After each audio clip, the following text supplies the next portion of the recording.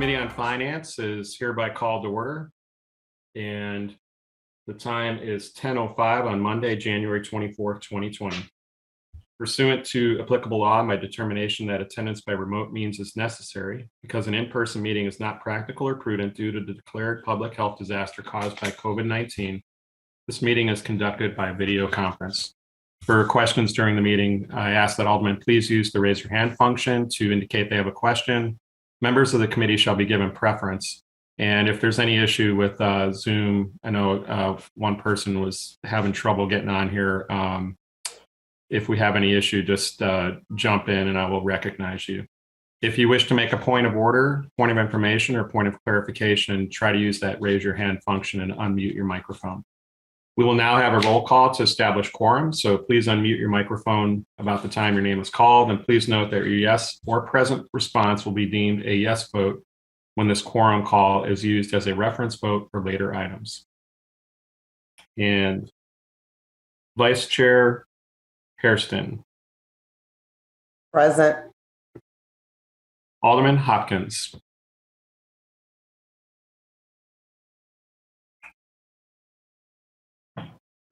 Alderwoman Dowell. Here. Alderwoman King. Present, Chairman. Alderman Sawyer. Alderman Mitchell. Alderwoman Harris. Here. Alderman Beal. Yep. Alderwoman Sildowski Garza. Present. Thank you. Alderman Thompson. Here. Alderman Cardenas. Alderman Quinn. Here. Alderman Burke. Here. Alderman Lopez. Present, Chairman. There you are. Alderman Moore. Alderman Moore is present, Chairman. Thank you. Alderman Curtis. Alderman O'Shea. Here. Alderman Brookins. Alderwoman Tabares. Here. Thank you. Alderman Scott. Present. Alderman Burnett. Present. Thank you. Alderman Urban. The Alderman Irvin is present. Gotcha. Alderman Taliaferro. Present. Alderman Roboris. Present. Chairman Wagsbeck is present. Alderwoman Austin. Here. Alderman Villegas. Alderwoman Mitz. Present. Alderman Sposato. Nick Sposato's here. Alderman Napolitano. Present, Chairman. Thank you. Alderman Riley. Present. Alderwoman Smith. Present. Alderman Tunney. Saw you early. Alderman Osterman. And Alderwoman Silverstein. Present. Thank you. Chairman, this is Alderman Cardona. Can you add me to the roll, please? Thanks, Alderman Cardona. Mark you as present for the meeting. Thank you. All right. Were there any Alderman? Alderman Mitchell? Got you. Alderman Curtis. Alderman Curtis, there you are. We have Alderman Sicho Lopez present as well, Chairman. Alderman Sicho Lopez. And we have 28 members present. We have a quorum. And ladies and gentlemen, we have no members of the public signed up to speak today. So we will now move on to approval of the Rule 45 report. For our first item, does anyone have any questions or changes on item number 1? Alderman Riley moves to pass. Alderman Riley moves to pass on item number 1. Let's see, may I have a motion? I have that motion. All in favor signify by saying aye. Aye. Aye. All those opposed?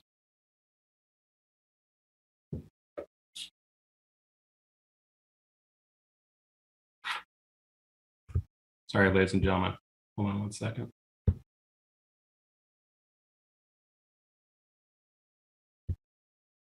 Actually, ladies and gentlemen, I'm going to do a roll call on this item.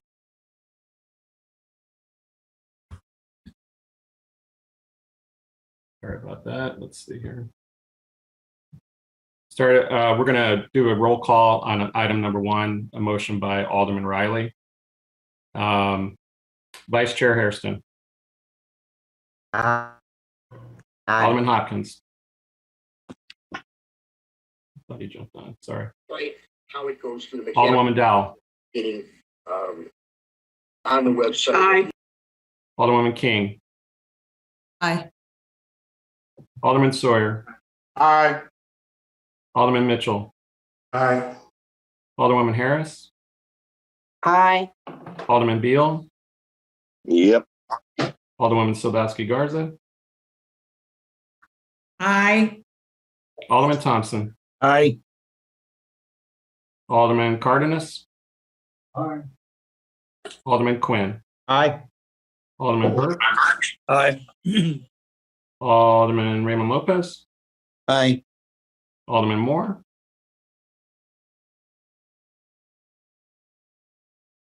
Alderman Curtis. Aye. Alderman O'Shea. Aye. Alderman Brookins. Alderwoman Tabaris. Aye. Alderman Scott. Aye. Alderman Burnett. Aye. Alderman Irvin.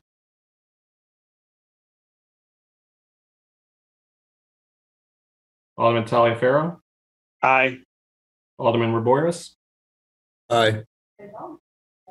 Chairman Wagsback is an aye. Alderwoman Austin. This on the Rule 45, Mr. Chairman. Yes, ma'am. I vote aye. Thank you. Alderman Osterman, I have you down for a quorum. Go ahead and vote, actually. Thank you and aye. And then I'll go back to Alderman Villegas. Alderwoman Mitz.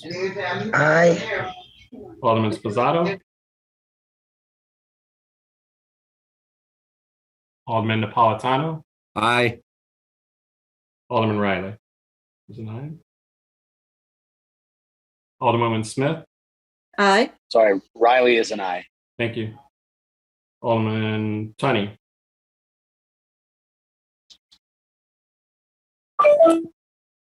Alderwoman Silverstein.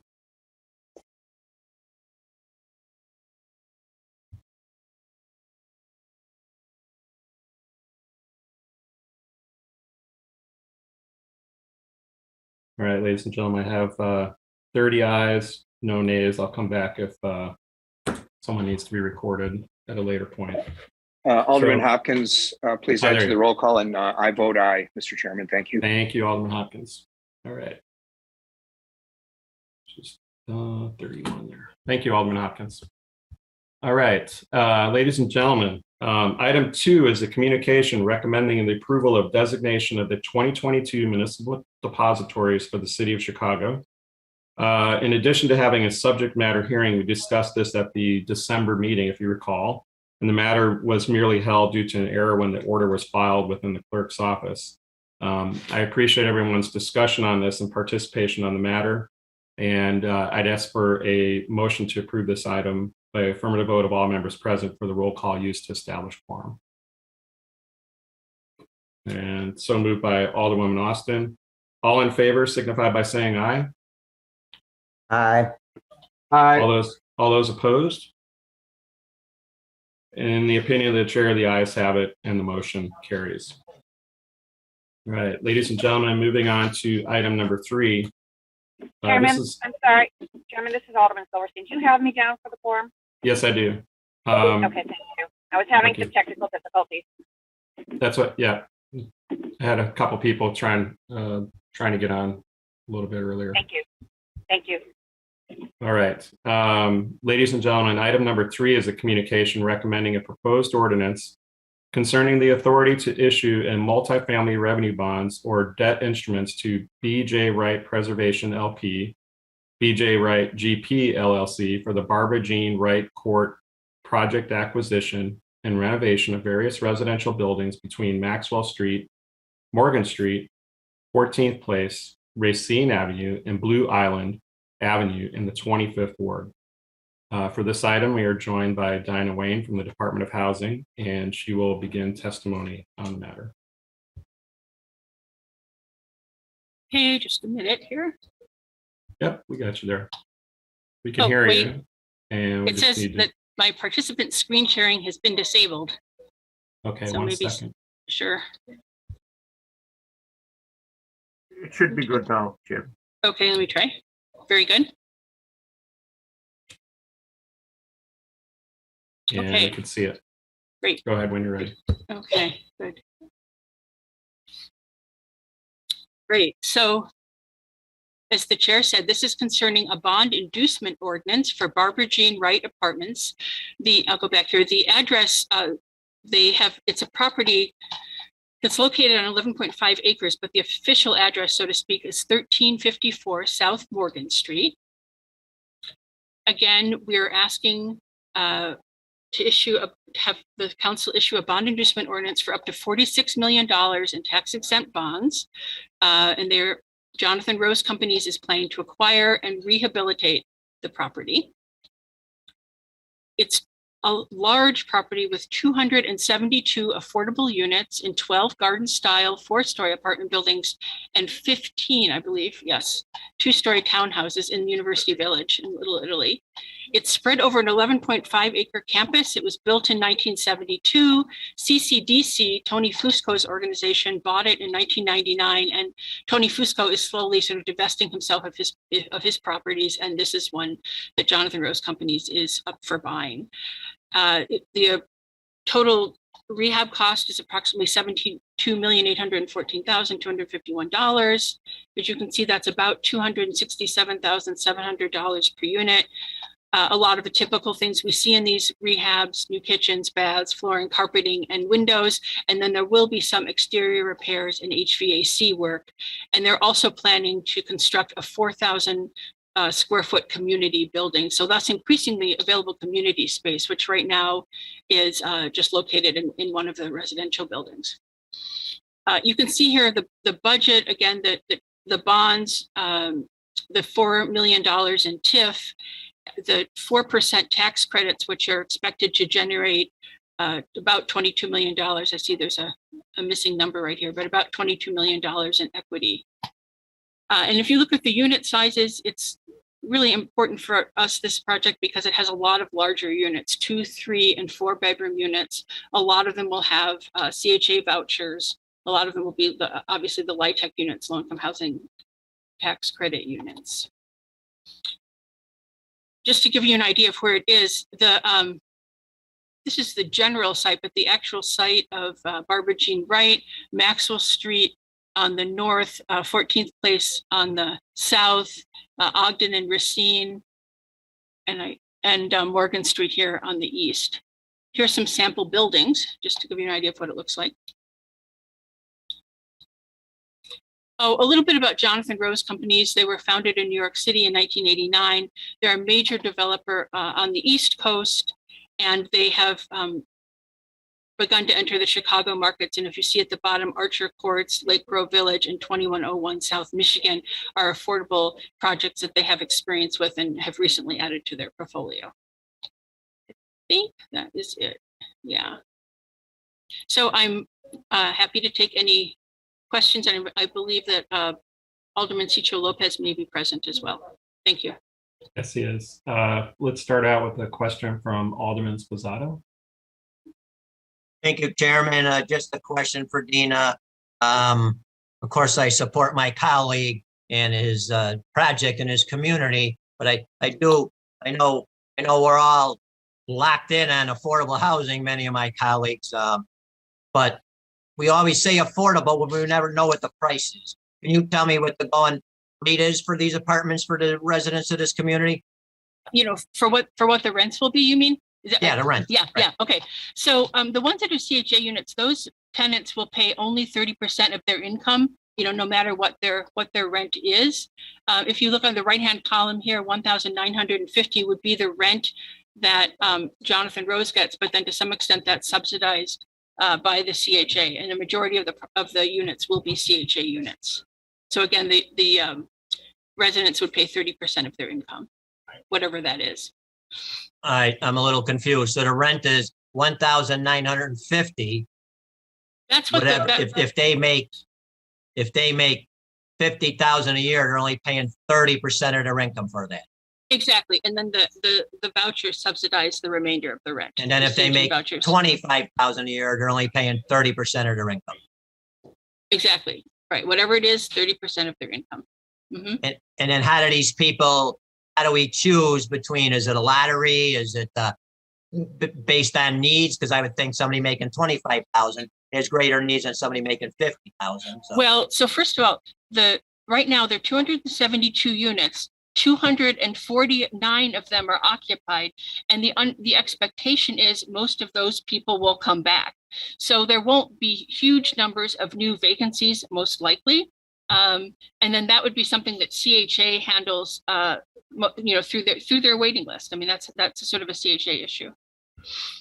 Okay, so this developer is charging CHA 1,950, but then the tenant pays only a percentage of that. Yeah, you could look at it that way. Yeah. All right, what way do you look at it then? Well, charges sounds like these are rents that are set by HUD for area median income. Right. So that's what I'm aware of that. Okay. Yeah. Okay. So yeah, I would say maybe. So HUD says they're okay. This wasn't something that Jonathan Rose, came up with on their own. They're looking at the median rents. For example, you see that first row is affordable at 60% AMI. So that's the allowable AMI, for 2-bedroom units. Okay. I mean, rent, sorry. Okay. All right. Thank you. Okay. I don't want to make anybody think I'm not supporting this. I support this and my colleague on this. So it's something that we didn't see in the last meeting about something that happened on the Northwest side, but certainly and I'm sure my other colleagues on the Northwest side will be supporting this. But thank you very much, Dina. Okay. Thank you, Chairman. Thanks, Alderman. Alderman Thompson. Thank you. And just to follow up on my colleagues' questions, Dina. First of all, half the Barbara Jean Wright is in the 11th ward. Just FYI for you next time. Okay. Yeah, and I've never talked to you about this. I am aware of the project. I'm aware of, there's opposition to the developer coming in, and I think that has been addressed. I think some of the, as Mayor Manuel used to say, people don't like the status quo and they're adverse to change. So the window is pretty small, and I think, this developer is going to come in and provide added resources. We've worked with the residents there, provided a new basketball courts, new playgrounds, and worked with all the residents. So I think this is a needed reinvestment, and I'm happy to support this project for the entire Barbara Jean Wright, which is, again, half in the 11th ward, half in the 25th ward. Thank you, Chair. Thank you, Alderman. Up next is Alderman Curtis. Thank you. Thank you, Chairman. As a very young man, I grew up in the Barbara Jean Wright homes. Great homes. They have a really good tenant association now. I support this project, and I want to congratulate my colleague, both of my colleagues, Alderman Cicho Lopez and Alderman Thompson on this project. So I support it. All right. Thank you. Thank you, Alderman. Alderman King. Thank you, Chairman. I am inclined to support it as well. If my colleague does, certainly we'll probably hear from him. But have a couple questions. Can you go back to the slide of the developer's experience? Sure. Oops, wait a minute.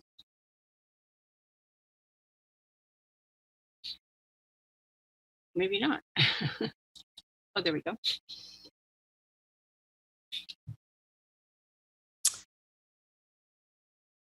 So a couple buildings he has purchased or Just very recently. Yes. Yes. recently, but except the 2101 South Michigan Avenue.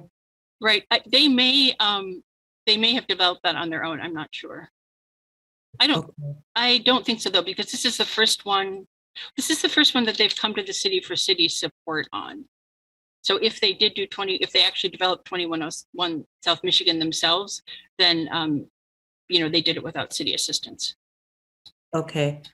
So they have experience in New York then? Yes. Yeah. And they also have, I think they have buildings in Houston.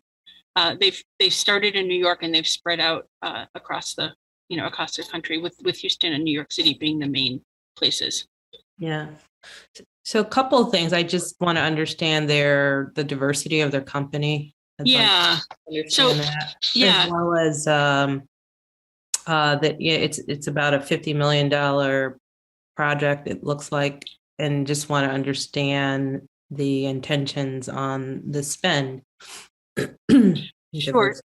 Okay, so starting with the diversity, we asked them to provide diversity both of the of their staff and then also of the MBEWB, what they're planning on, who they're hiring for the development team.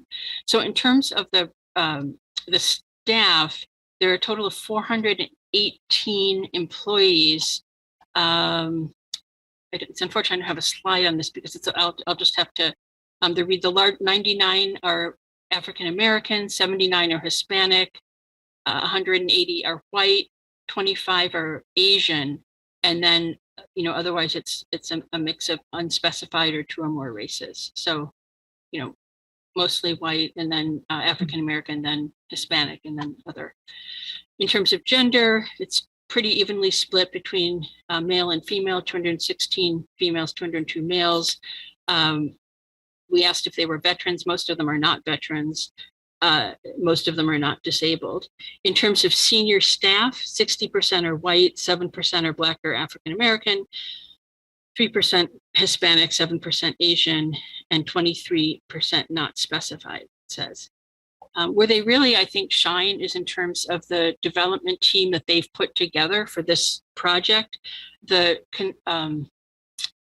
contractor, it's a joint venture between GMA, which is local, Cornelius Briggs organization, and then Weiss Builders, which is not minority in Minnesota, but they're equal partners in this endeavor. Their relocation consultant is African American. The market study firm, American Marketing Services, is minority or women owned. I'm not sure which. And they have a woman HUD consultant and a woman landscape designing firm, McKay Landscaping. So, they've done well on that front. Was there another question? Can you break the that budget? Oh, yeah. Can you break that down in terms of diversity as well? Wait, which? I'm sorry. The budget, right? You mentioned they've got a landscaper and a consultant, and I just want to understand the uses and the breakdown, because the landscaping, maybe $1,000, it could be 10 million, and the consultant, so generally right, I know, you can have a lot of diversity, but not a lot of spend, right. kind of proportional. And I just want to understand that. Right. Okay. So I think the best place to start is with the construction, which you can see on this slide is $40.7 million. So that's, a very large portion of the $72 million spend. Sure. And that's, largely minority, or at least half minority there. So that's, You said it was a joint venture. That means that they share a fee. That doesn't mean that the spend is 50% minority, unless it is. That would be.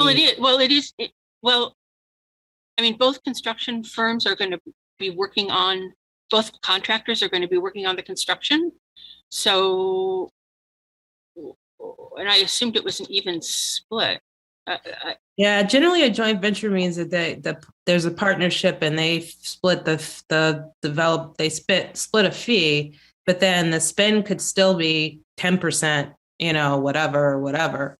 Mm-hmm. So if I you have to look into that, yeah, I'm not. Share that with me, that would be great. Sure. And then, of course, the landscaping fee, I don't have the full budget in front of me, but it's going to be small, obviously. Yeah, you just mentioned that as part of the diversity, and I just wanted to clarify that doesn't mean that the spend is as diverse as the So let me look into that and get back to you with that information. All right. I can't say for sure. I appreciate that. I just, I see they bought a building in my ward, which I think I haven't spoken with them about yet. So I'm just curious as to who they are. I've met Mr. Rose before, but now that he's doing business in the city, is he here? I want to understand just who he is, especially since he's doing business in the ward. But if my colleague is supportive of this, I'm inclined to be so as well. But thank you for those. And I look forward to those answers before City Council. Sure. Thank you. Thank you. Alderman Tunney. Just, hey there. Chairman, just to be recognized for quorum, please. Yes, thank you. I had you down there. Alderman Urban. Yes, thank you, Mr. Chairman. This project is something I think is definitely needed for that area. That area abuts Roosevelt Square redevelopment area as well. The Bobby Jean Wright Court Apartments has definitely had some challenges through the years. I think with the new acquisition and the redevelopment will put it on the right track to give those residents of the Bobby Jean Wright community what they need to move forward and make that a great place for folks to want to be and live.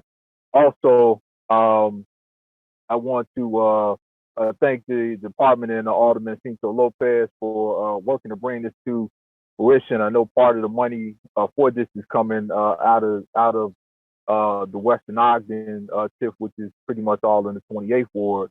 And but we think this is a great use of these funds to help the residents in the Bobby Jean Wright community, and hopefully the committee sees so as well. Thank you, Mr. Chairman. Thank you, Alderman Urban. Alderman Cinto Lopez, did you want to say anything? Are you? Thought I saw you on there. Yes, thank you, Chairman. Hope you can hear me. Yes. And thank you to all my colleagues for their questions. I want to just give you a little bit of background on this particular development. That is a hot development. The Barbara Jean Wright community and the tenant council has been working very closely with our office, and also Representative Collins. We're glad also to have the support of Alderman Thompson for this project, and also Alderman Irving for helping us secure this TIF funding. In a time like this, conserving and preserving affordable housing is a critical priority for the city. I'm really thankful for the Department of Housing as well as CHA, who have been working in partnership to ensure, as one of my colleagues mentioned, the affordability of the units, as well as deferred maintenance that has been delayed for quite some time. These funds will go a long way, not only to preserve affordability. With the help of CHA, we are making sure the rents remain stable and affordable. In fact, one of the commitments is to avoid any displacement on an area that already has seen many families being displaced. So we're really thankful of the collaborative work with HUD, CHA, the Tenant Association, and my colleagues on this call. So we hopefully have a project that keeps our families, especially in the Barbara Jean Wright community, has been waiting for this opportunity to invest in the units, but as well as creating and maintaining affordability. So thank you again, Chairman, for considering this item, and I ask of my colleagues a favorable vote on this item. Thank you again. Thank you, Alderman.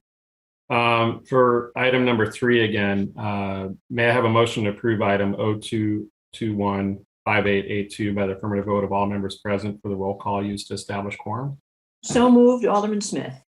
Alderwoman Smith so moves. All in favor signify by saying aye. Aye. Aye. All those opposed? In the opinion of the chair, the ayes have it and the motion carries. Thank you. Thank you, Alderman.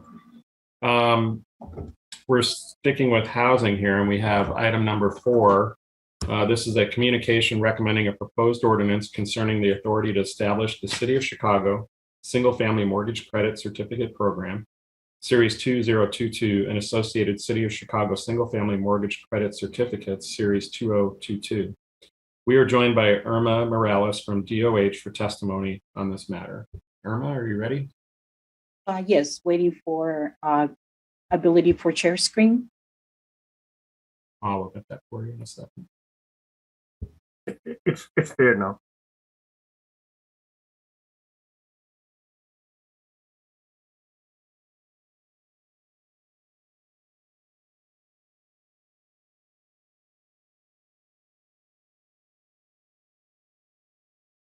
Can you see it? Not yet, Irma, but we do have you as a co-host, so there you go. Okay. It's coming up. All right.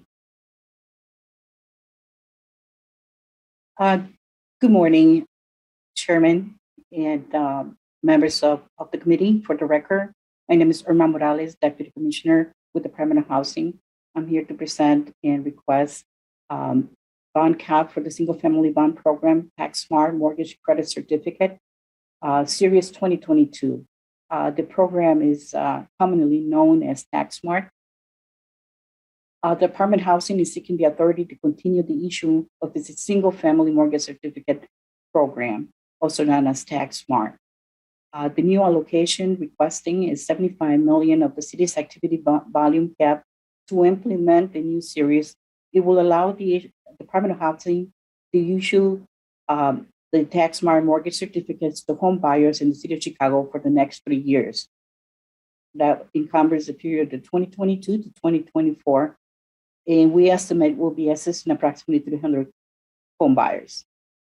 The program has assisted 2,132 households with mortgage loans totaling approximately $321,578,761 since 2005. As of December 31st, 2021, the Series 2019 ended, and it assisted 125 households with mortgage totaling $25,695,864. 54 of the 125 households are below 80% of the median income.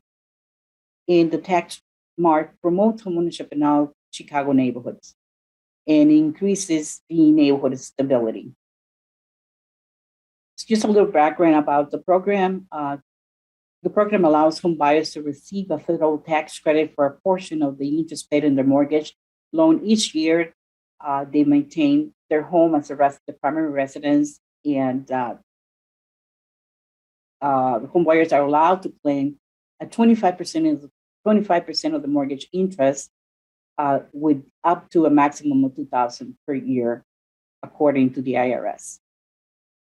The lenders are allowed to utilize the additional tax credit as income and increases the availability of the home buyer to qualify for a mortgage loan. It also provides an opportunity for low moderate income families to qualify for home ownership. In front of you is this series 2022 targeted areas. As you can see, the one shaded in a maroon, salmon color is the targeted areas, which is pretty much all of our low census tract in the city of Chicago. There are income limits and purchase price limits dependent on the home buyer is purchasing their home. The income limits for less than 3-person household in a non-targeted area is $93,200. In a targeted area, it's $111,840. In increases once it goes 3 or more, as you can see, $107,180 for a non-targeted area, and it increases up to $130,480 if they buy in a targeted area. Below you will see the limits breakdown according to unit, and whether it's an existing or new construction, and whether is the property they're purchasing is in a non-target or targeted area. Today, we're requesting that City Council approve to issue Taxman Series 2022 for the period of years 2022, 2024, as I mentioned before. The timeline before we roll out the program, provided that we get approval by City Council in this body.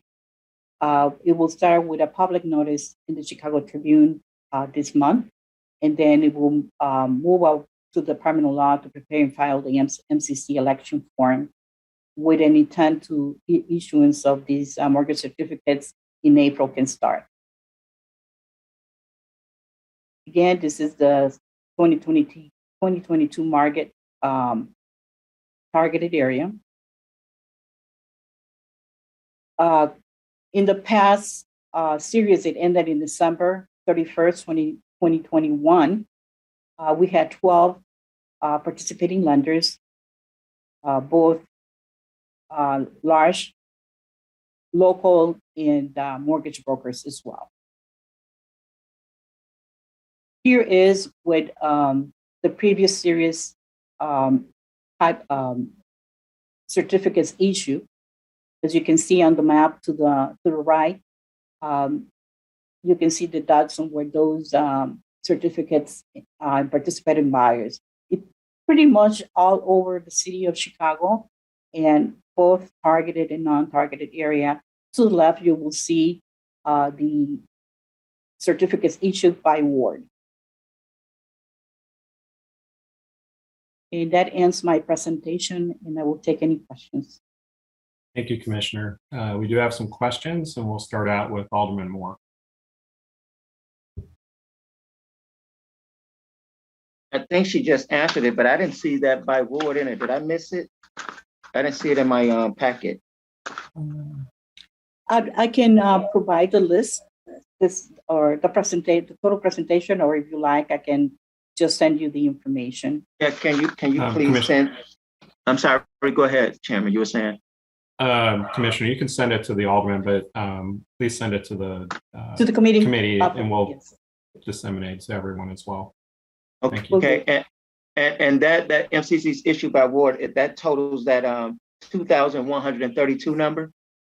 No, that only reflects the last series, the last 3 years. So it only reflects 125 certificates issued. That corresponds with the map that I'm showing as well. Okay, but you have in here, the TaxSmart program has assisted 2,132 households with mortgage loan totaling $321,578,000 since 2005. Do we have that breakdown by ward and those amounts since 2005 to now?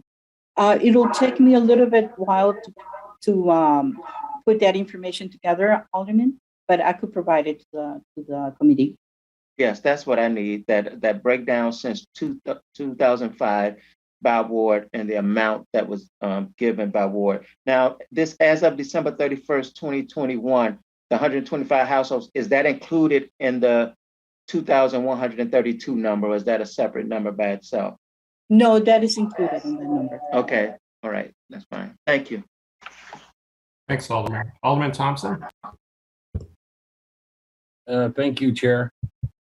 Okay, a couple questions. I mean, it sounds like a great program. I'm just trying to understand a little bit more. So let me ask, so there's 54 of the 125 households are at or below 80% of the median. What are the other households? The other households, okay, so we have two different income that the city works with, which is our HUD income guidelines. And 80% and below are usually our low moderate income buyers. The program uses the IRS income limits that aligns with the FHA purchase price limits and income limits. So making a difference between 80% of the medium, the rest goes up to, it could go up to 150% of the medium income as well. Goes up to 150%. Yes, or so, but I can provide you the breakdown. Okay. And so they get a credit off of their federal tax up to $2,000. Yes. Is that the only benefit, or are they otherwise, would they maybe not be qualified and this is qualifying them, or is that the only benefit? That is the only benefit. This is a program that could be layered with a down payment assistance, because this program does not bring any assistance at the time of closing. It basically provides the homeowner an ongoing credit every time they file their property, their income taxes. So in addition to the standard credit that they get through the IRS, this is an additional of credit of what they're obligated to pay for that particular year, up to Right, 2,000. But it doesn't roll over. It's just for specific for that particular year they're filing. Presumably, so the maximum benefit is $2,000. Yes, the maximum. Okay. And then of the 2,132 households that you've helped with this program, do we have a status of these? Presumably they're all in good standing, or they've sold the homes, or are there limitations on when they can flip the house? And yes, what is the status of, are any of them in default, or are they all still in good standing? They're in good standing. The certificate ends in two ways. One, when they sell their home, then the certificate ceases to be active. Second, when they're refinanced and they fail to request a reissuance of their mortgage credit certificate. So the IRS requests a copy of their current certificate every time they file their property taxes. So in order for them to take the credit, they have to have a good standing certificate. So if they fail to request of the department to reissue the certificate under the new refinance lender, then they lost that certificate. Okay. And then my final question is, as I'm looking at this map and this target areas, you mentioned that it's going to go to the Tribune for advertising. But how do we select? And I see on the map you have posted, the target area as a portion of my ward around Armour Square. On what you had previously sent out to us in a PowerPoint, you included other areas of my ward a little bit further west, but somehow they were deleted on the map you're showing here. So that's an amended map, apparently. So I'll look into reconcile those two maps, but basically what Sure. you have here, the 2022 map represents the census tract on that particular year in that particular area. So every year, the map changes according to the census tract information. So targeted area is according to census tract. Because this program is an IRS, a federal program, our target areas are based on current census tract information. I understand that. I guess my question was what you had distributed to us city council members, was that an old map? Because what you gave me that I received in my packet for the Committee on Finance reflects other areas in my, there you go. So this is for the new series. The map changes for the new series. The one that I'm showing here is for 2019 series that goes from 2019 to 2021. So when we roll out the series, this is the census tract reflecting on this year. This So is the the new census target- tract. Yep. This is the census tract for this year moving forward. Okay, so this is the target area we'll use. Yes, for the Got new it. series. Okay, and then the last part of that was in terms of, I know you advertised in the Tribune. My question is, what is the selection process? So the Tribune advertisement is to notify that the city intends to have this program and that we are going to have lenders submitting applications to participate in the program. After we have approval of participating lenders, then we work with our communication team to make sure we market the program once it's been established with participating lenders. So it's so who selects the lenders? We do, the Department of Housing. They have to apply to participate in the program. It gets reviewed by our department and our Department of Law. They all required to fill out the application and provide an economic disclosure statement. Okay, and then it's a first come, first serve. Like as these lenders are out, until The we lender, get to, the lenders, when they apply, whether they apply in the first year, second, or third, they stay for the whole series. So they could apply. It's open, ongoing until we end the program. So the Federal Savings Bank might choose to apply in 2022, but if they don't, they can do it anytime after we roll it out. So there is no deadline for lender applications. There's a finite amount of dollars. You're asking for $75 million, correct? That is for the issuance of the certificates. So the 3 years, if the issuance of those certificates happen in 2 years, then I'll come back again to the body to request another role. So it's whatever comes first, either the issuance of the certificate or the term. Got it. Thank you. Thank you very much. Thank you, Chair. Thank you. Alderman Villegas. Mr. Chairman, I just wanted to be added to the roll for quorum. Thank you. Thank you. Alderwoman Smith. Thank you. This is a nationwide program, this mortgage credit certificate thing, yes? Yes, it is approved. Actually, IDA has a similar program, mortgage credit certificate that also offer, but theirs only go up to 20% of the tax credit. We increased it in our series 2019 to 25% to make it more competitive. I'm sorry, I really couldn't hear you. Could you say that again? Yes, this program is available through the IRS.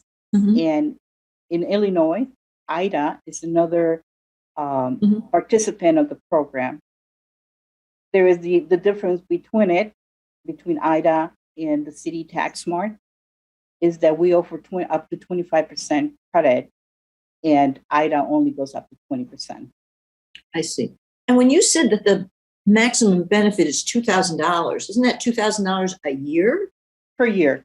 Oh, yeah. So that's really a lot of money, actually. $2,000 a year credit on your based on the interest paid. So if they pay $2,000, because the interest rate are low currently, right? This is a more attractive program where the interest rates were higher. So 25% of the annual interest pay will become a credit with a cap up to $2,000. Okay. All right. I still think it's a wonderful program. All right. All right. Thank you. That's the only question I had. Thanks a lot. Thank you, Alderman. Thank you, Chairman. Alderman Slabowski Garza. Thank you, Chairman. Could you go back to the map? Yeah, no, the other one that had the colors. Yeah. Okay. So the target area back down in the 10th ward here, is this program going to be open to industries as well? To lenders? Yes, ma'am. Okay. So in order for a home buyer to participate, they have to go through a participating lender to be able to get a certificate. No. So what I'm asking though is that I get it, the homeowners, but the majority of what's available here that you have the targeted areas in the 10th ward, that's all the International Port Authority. That's all industry there. So I'm just having a hard time understanding that's my question was, is this open to industry as well? Because there's no homes there. No homes are there. Nobody lives there. No, well, no, it's not open to industries. Okay, so yeah, I mean, the 99% of the majority of what you have as a target area is the International Port Authority, where there's no homes even built there. Just for clarification. Thank you, and I will make that adjustment. Okay, and I'd be happy, Irma, you can call me. I'd be happy to work with you with whatever you need, okay? Thank you. No, Appreciate thank it. you. That's all. Thank you. Alderwoman King. Yeah, I just have a quick question. Apologies if I missed it. How does the applicant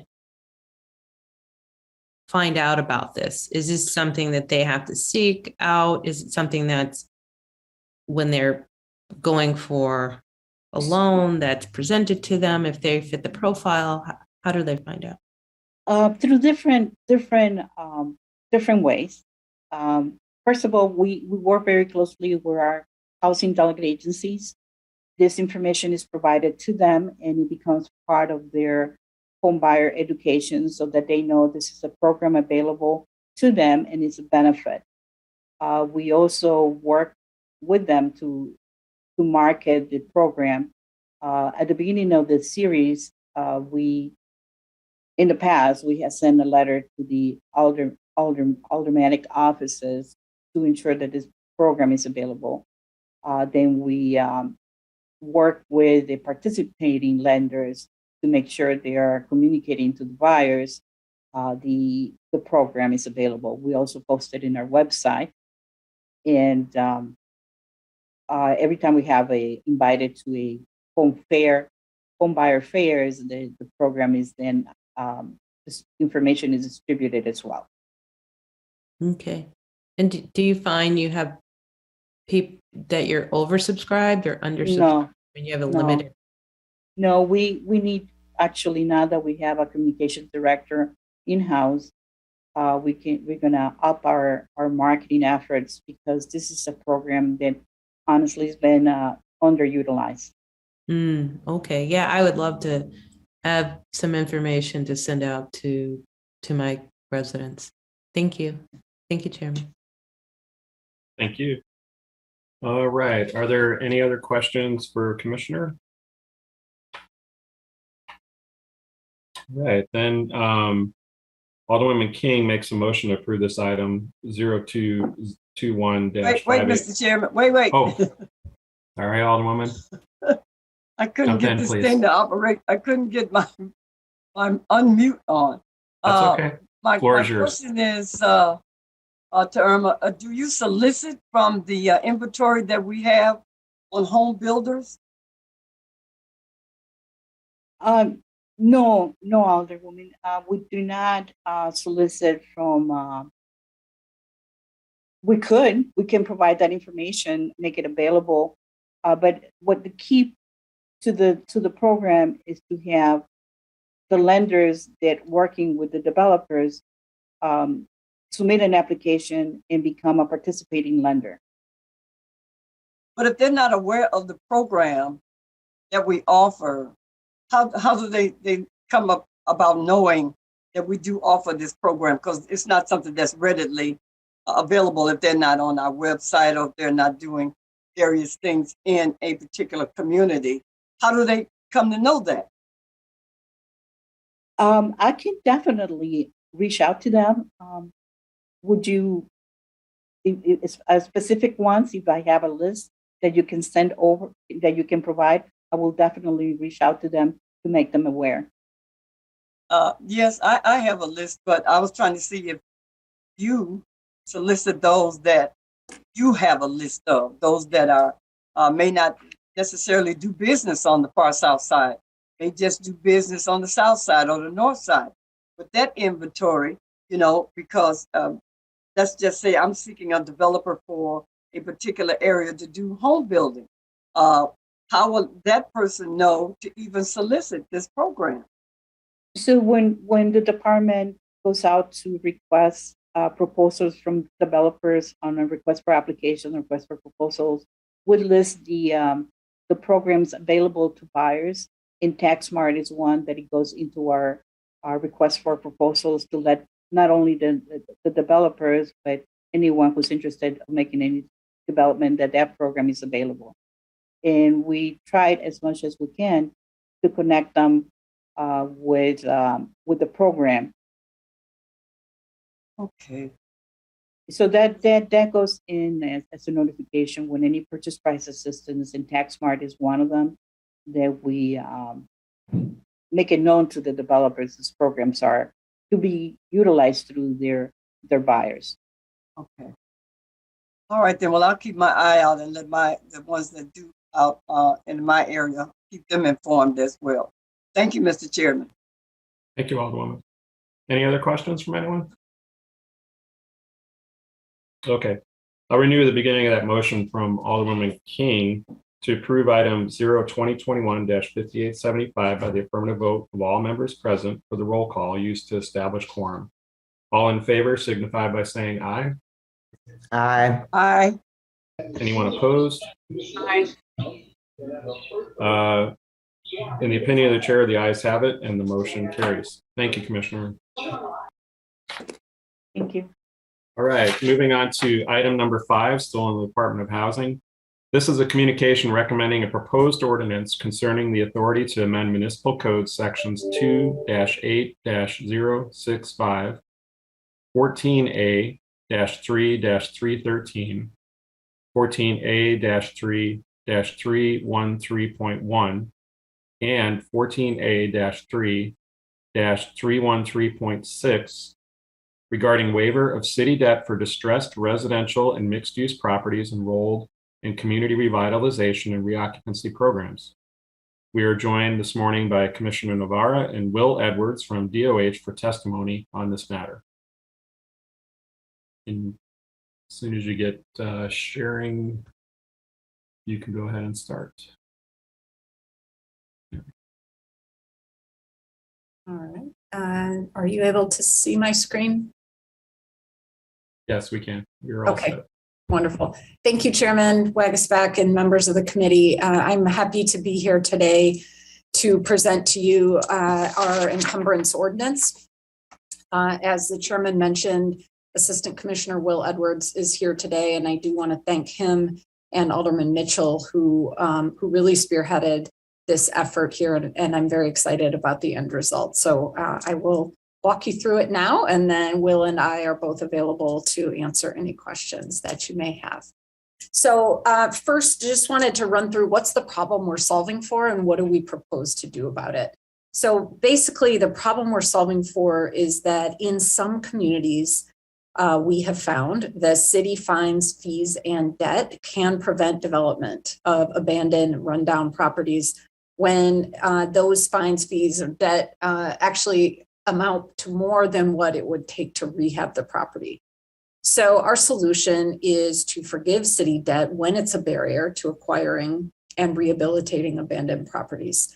So we anticipate that it will support neighborhood revitalization. In low to moderate income communities, we can eliminate city fines, fees, and waive city debt. And we can do so through the Department of Housing's existing preservation programs, including forfeiture. So I'll say a little bit more about all of that. But first, here's an example. We took a look at the 7th Ward, just as an example. And there we see we have 97 vacant buildings that we're aware of. Nearly all of them have city debt, fines, and fees. And most all of them really are in need of a full gut rehab to bring them back to usable condition. But as you can see with the sample pro forma that we lay out here, between the rehab costs, soft costs, back taxes, and then you add on the $52,000 in city debt, we're actually close to $300,000 to rehab a property that in the end would appraise for around $250,000. So there's a basic problem here that really there's a disincentive for a new buyer to come in and take on this property, which is of course what we want in a community where we've got a vacant and abandoned building that's causing problems on a block. We want people to have an incentive to come in and address those and turn them into quality places to live. But we've got a real disincentive when they can't do so without taking a loss. So let me quickly just run through what this ordinance does and what it doesn't do. So what it can do is waive city debt on single and multifamily residential and mixed use buildings. It can waive debt and release liens. So administrative hearing fines and judgments, water and sewer debt, streets and sand fines, and Department of Buildings fines and fees. Here's what it cannot do. We cannot waive any non-city debt. We can't waive debt on vacant land or lots. We can't waive taxes of any kind, including property tax debt. And we can't waive bank debt. So eligible buildings would be those that are in court or have been reported as vacant, abandoned, or a nuisance to Chicago Department of Law and or Department of Housing's Troubled Buildings Initiative. And there's several criteria that would need to be met before we could waive the city debt. So building rehab can be supported by an existing Department of Housing program. Building ownership can be transferred through forfeiture in housing court. We can transfer or assign ownership through a quitclaim deed. A local developer is identified to perform the work, and developers meet the minimum requirements and agree to be monitored through the rebuild program that, in fact, Will runs. So here's just a quick way to walk you through the process. What you can see here is that we start with an indebted building. Building gets on a court call because it's a nuisance, safety, or vacant. And this is a really important part. This only happens when the original owner is deceased or otherwise available. So the reason that makes a lot of sense to us is that at this point, we have come to the conclusion that we cannot get this building rehabbed under the original ownership, and we cannot be made whole by the original owner at this point. And that's when we would have the ability to put this in motion. So then the Department of Law recommends the building on the court call for forfeiture to a qualified local developer. The judge requests that the city eliminates the debt and forfeits the property to a local developer. We eliminate the debt through ordinance for forfeiture without debt. And then the Department of Housing monitors the local developer's progress through completion of rehab and sale of the property. And I think it's important just to underscore here that Will has been doing work for years to really develop a strong pool of local developers. And we do that work through the Dearborn Realtist Board, through Community Investments Corporation, through the Rebuild Program, the Chicago Community Loan Fund. So there's been a lot of work laid and progress there, so that we do have a host of people at the local level who can take this on and really do a good job and build local wealth in the process. So to summarize, this is my last slide. The benefits here: it creates opportunities for building local wealth because we are emphasizing working with local developers and contractors. We increase development in low and moderate income neighborhoods, especially where that development can be really hard because of low appraised values. We're creating additional housing because we're putting what had been vacant buildings back into circulation. We build capacity for local developers and wealth building.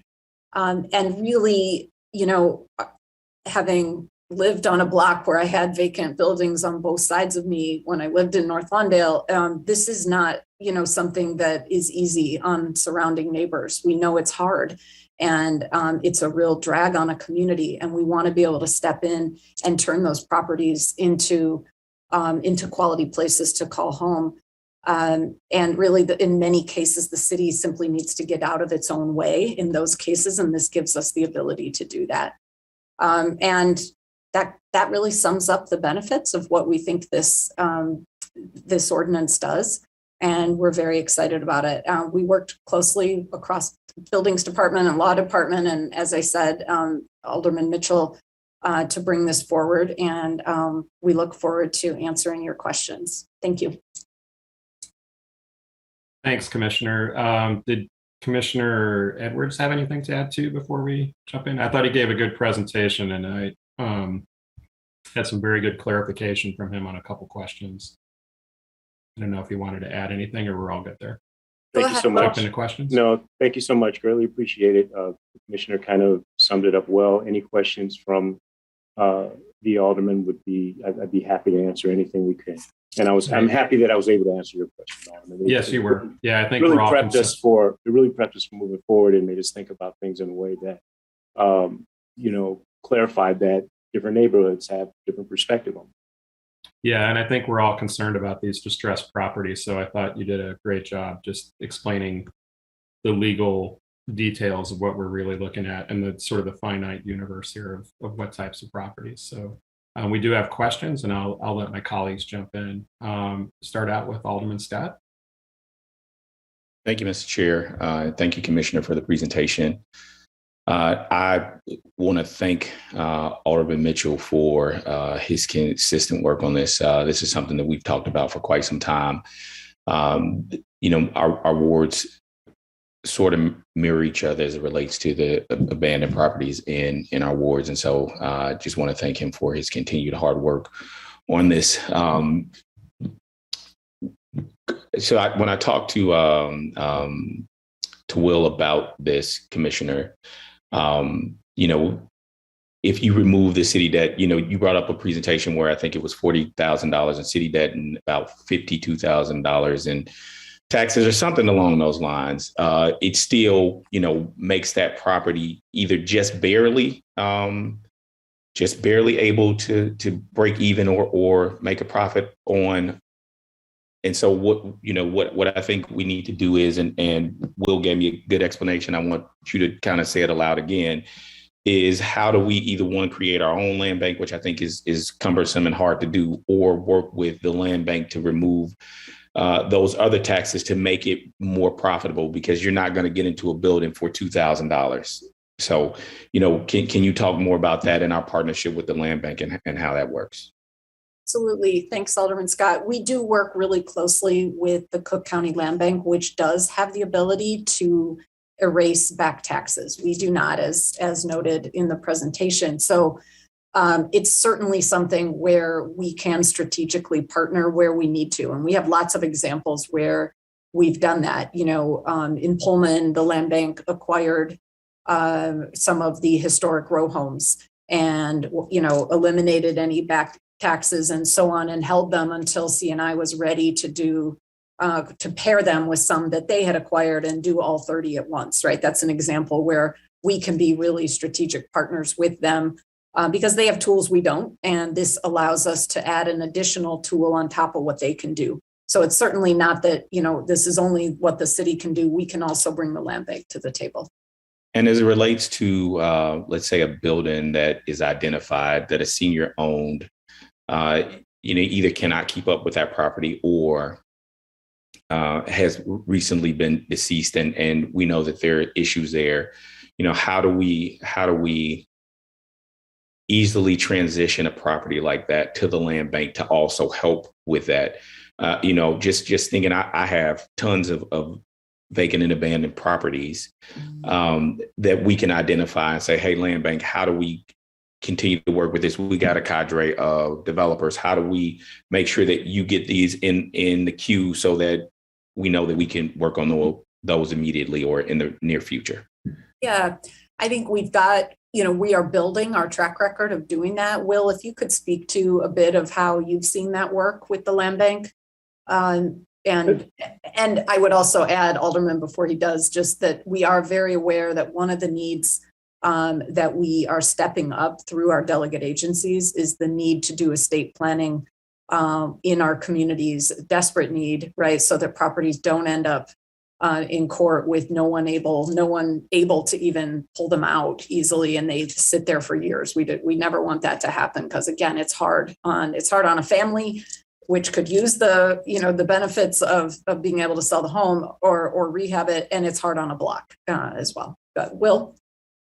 No, Alderman Scott, you're bringing up a a very interesting but common issue as we begin to identify and understand that we have multiple properties in an area that have the possibility for rehabilitation, reoccupancy for home ownership.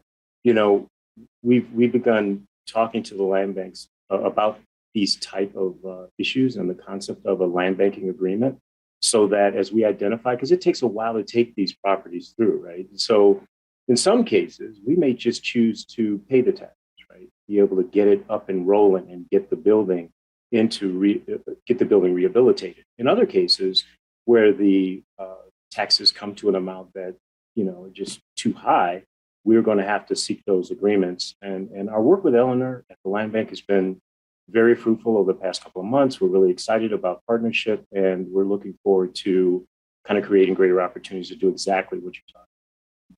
But I think that is awesome because, of course, sometimes the debt is not so high, and you take each case by itself. One other question that is sort of related, but not really related to this, Commissioner, you talked about living on a block in North Lawndale where, you know, there is a vacant house on either side of you. What often happens as well is there is a vacant lot that's owned by somebody that's just holding it, and they are not being a good landlord as it relates to that property. It puts a burden not only on streets and sanitation to have to go by there and ticket it and cut it, but it also makes the block less safe, and it makes neighbors in and around the block perturbed, to say the least, as it relates to those vacant lots. You know, is there anything that we can do? And I'd love to kind of strategize with you, with Will, with the Department of Law on how to make those landlords a little bit more accountable to those residents. So if we build a great block and we have vacant houses and we get them into the hands of owners and they take care of those, and then those lots are still vacant and we don't have those residents or those owners taking ownership of that, then the block can't be all that it can be. And so your thoughts on that, and again, would love to work with you in and around that. I would too. So you're talking, in this case, you're saying, okay, yes, this ordinance addresses vacant buildings, but we still have an issue of vacant lots that are privately owned and not well maintained. Correct. Okay. Yeah. Familiar with that. And, you know, in our case, we ended up getting the block together to get to the 10th district to find the owner every day until it was addressed. I don't think it should have to fall to a block club to do that, right? I think we should have some systems in place where we're keeping closer tabs on people and making sure they're keeping up with their property. So I'm happy to talk with you about that further. I couldn't agree more. Would love that. Thank you, Mr. Chair. Thank you, Alderman. Go to Alderman Lopez. Good morning. Members of the committee, good morning, Commissioner. Couple questions, if I may, real briefly. One, how is this different from what we're allowed to do currently under the scope of the laws that we have? Well, currently we don't have the ability to waive the fines, fees, and debt as laid out in the ordinance. So the only difference between what we can do now and what this is proposing is the ability to vacate the fees? That's right. And is that authority being given so that we don't have to pursue that in administrative hearings as a way of acquiring property? Because I always was under the assumption that the fees and penalties that were garnered were our tool for acquiring properties. Will, can you speak more to that, to how this differs from how we've done things in the past? So I think what the Alderman is alluding to is the fact that in many cases through Department of Law, when we have leverage, when we have liens on a property, we may be able to seek it, but that's usually through abandonment or forfeiture or pushing someone to pay for those fees and fines. What we're talking about in this case, though, Alderman, are situations where the owner and ownership is, you know, there's nobody there to pay anything. And so the building just sits because it's accrued all these fines and fees. And even if the opportunity comes up in court to forfeit the property, The judge's next question is, city, are you going to waive these fines and fees so that, XYZ company can rehab this building and put it back into reuse? And our answer has up until now had to always be, no, we can't, because we don't have that authority through ordinance. And so this ordinance seeks to garner that authority. So in situations where ownership is not available for whatever reason, we have the ability to waive it through our own ordinance, this new ordinance, and forfeit the property in a way that we can monitor the rehabilitation and through to completion. So, and forgive me, Commissioner, because I think in theory, this is a great idea to revitalize properties. So don't mistake my questions as no, not at all. What I'm just trying to understand is that I know that in the past, as you said, fines and fees have been used as leverage. That's a very good way of putting it. But oftentimes these properties are tied up in probate or in the scenario you just described, Mr. Edwards, it's an issue where we're trying to put it in receivership or something, correct? As opposed to actually taking ownership of a property. So I guess my question then is, are we doing this so that we can no longer be the pass-through in terms of acquiring a property and then turning it over to a third-party developer? Because I would assume once we do that, then all fines and fees are gone anyway, even if when we become owners of a property. So it would be my understanding on how this is written in that we are not trying to be owners. We are just trying to clear the way for the pass-through in terms of receivership. Would that be a good? So you've got a lot of things kind of mixed up together that may not be on the critical path, right? So the receivership piece is when we want to repair a building, when we want to get it into, it may not change ownership, but we have a situation where we need to be able to give a wake-up call to someone who's not a good owner, right? And so that's receivership. When we get to forfeiture, we're ready to transfer that property and ownership of that property through forfeiture. And through that particular tool, when that particular tool is in use, it automatically kind of says that the building's on a court call, Department of Law is kind of at the end of the road. We've already determined that there is no probate opportunity there, but we want to be able to forfeit the property to a new person. What stands in the way can be taxes, bank debt, and city debt. I get it. I just want to make sure that, yes, in the past, we would be the receiver of the property and then turn it over like we do with our vacant properties and things of that nature. So this it would be our contract, right? So it wouldn't be the city proper, it would be our contract through the Troubled Building Initiative, which is CIC. Yes, sir, okay. But you're tracking well. Okay. And then the other question that I have is to say that these properties need a gut rehab is probably an understatement of the decade. Two things on that. One, I'm sure all of the vacant properties on your list are not in total rehab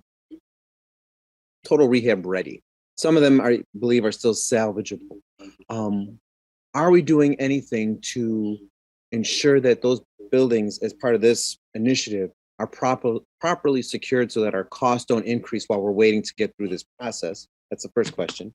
And then the second question is, how did we come up with the $205,000 rehab cost? Is that for a single unit? Is that a multi-unit?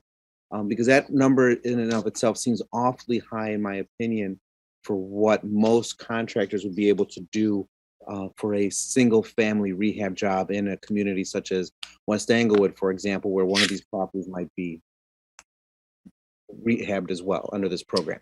So it's an astute point, Alderman.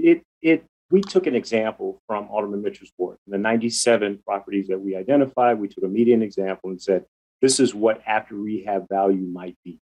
Then we took an example of what the taxes and the actual city fines and fees were on some of those properties. And we just created something that it's going to differ per community and neighborhood. But the issue is that in many of our low to moderate income communities where the assessments are low, the bottom line is, and that was a good example, the bottom line is that the ability to rehabilitate the property is going to far exceed exceed the value if we leave all these other final fees and other things. And remember, what we're doing here and what the commissioner has been very astute to do is say, hey, Will, instead of using these programs individually, let's layer these programs and create a situation where we have the benefit of a down payment assistance program on the back end. We have the benefit of using the loan loss reserve to actually provide funding for a local developer. We have the benefit of waiving these taxes. We have the benefit of using the forfeiture program to do so. And so when we give those particular examples, it kind of communicates that these buildings are already in queue. It's not the soup to nuts when we look out there and we see an abandoned building, the building's kind of already up in court, we're introducing it, and the opportunity to be able to forfeiture is a good idea, but for waiving the city.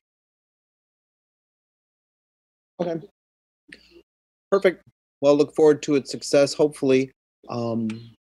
I think that not only from the not-for-profit realm, but I'd also like to see the for-profit developers being also able to engage in this process as well, because I think that they would definitely be inclined to work for a lower price point and make affordability a greater option without any kind of reduction in the quality of what's being produced in communities. So happy to work with you, Commissioner, and your team on that as we try to revitalize and resurrect many of these properties in our communities. Thank you, Chairman. Thank you. Alderwoman Dowell. Thank you, Mr. Chairman. First, I want to thank my colleague, Greg Mitchell, for bringing this forward. I think it's a great idea to get property back on the tax rolls and to improve the look of our neighborhoods. I have a couple of questions. Will, if you can answer this for me. So I understand focusing on the original owner, if the original owner is deceased, right? But then you say, or if the ordinance says are unavailable for court, and then you said just now, whatever the reason. Can you give me some examples of what other reasons besides deceased, an owner being deceased, that this would take, would come into play? In situations where the owner has walked away, where the court has kind of decided that the owner is not available to take part in the transaction other than signing a quitclaim deed. So these are situations, Alderman Dow, where the judge and the court have already decided that it's better to transfer ownership than it is to work with an existing owner. In most cases, the judge's biggest concern and the biggest concern in court is a protection of ownership of property. And so they want to make sure that there is no chance, no opportunity for someone to come up and say, this was mine, or this was my dad's, or my grandfather's. And so extinguishing all of those opportunities that someone would come forth and say, this is a property that I'm interested in as the heir of an owner is what I'm trying to get at there. And I apologize for any mix in language, but the idea here is that we're transferring ownership from an existing owner in cases where there are problems with that. And we can't get that. Does that include like absentee owners who intentionally divest from their property, or slumlords who intentionally don't pay their fines and fees and taxes because they may live out of state, or just because they want to walk away from a property that they feel is not worth their while, right? So does this ordinance, I want to make sure that these guys and women don't walk away from their properties with a windfall. I mean, not exactly a windfall in money. They're not going to get any money, but they're basically being unburdened. They don't have to pay back fees and fines that they've intentionally built up over time. How are we addressing that? How have you thought about ways to recoup money that we're owed? So really good question. So it's multi-level. So first and foremost, the biggest issue is that many times that the property's sitting there and we've got the vacancy abandonment issue, it's because it's been there for a long time. And we've recognized through the courts and through legal action, through Department of Law, there's not much we can do with it. We can push and push and push, and we can say, hey, look, if you're still trying to operate in the city, we're going to kind of stand in the way of you getting a permit. We're going to put you on the scofflaw list so that you can't, kind of pursue city-oriented activity, work, etc. But in the case where you have, in your example of someone who has not been a good neighbor, as I call it, right? We're already talking about that through Trouble Building Initiative, as well as the idea of bad developers and people who are doing shoddy work and leaving people with, problems with their homes. So these are things we're stacking up and creating within our arsenal to be able to attack this. But in the case that you're talking about, it's kind of a longer road to get to the place where the judge is willing to make a decision and a call that, okay, we're gonna eliminate this. Our job through the city and our ability to push for result is through Department of Law, through the Trouble Building Initiative, and through receivership. So, maybe this question is for my colleague, Alderman Mitchell, but of the 97 buildings that you've identified in his ward, how many of them are original owners deceased or unavailable for court versus the ones that you could legitimately go after? We're still working. We're still working through it, Alderman. It took us a long time just to identify and update the number of buildings that were actually vacant and abandoned.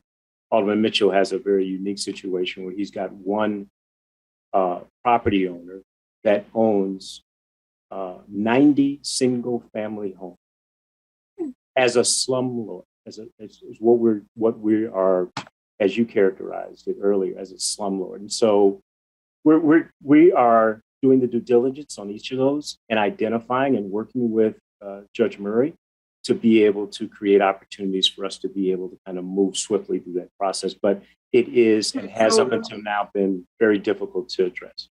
So in that case, I'm through. I like the idea of getting those 90 homes out of the hands of that one individual, but in that one individual probably has a big company or, is very comfortable with his lifestyle. We need to be able to recoup some of the money that we've, been piling, in fines and fees, and not like let him walk away or her walk away scot-free.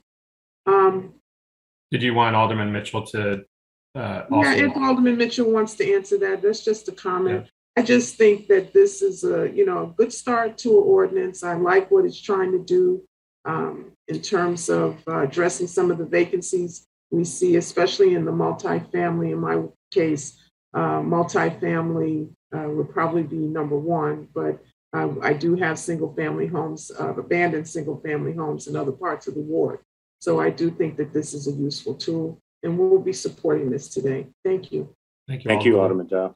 Alderman Mitchell, let me have Alderwoman Mitz ask her questions or comments first, and then you can wrap up if you want to. No problem. Kind of give an overview of this. Alderwoman Mitz.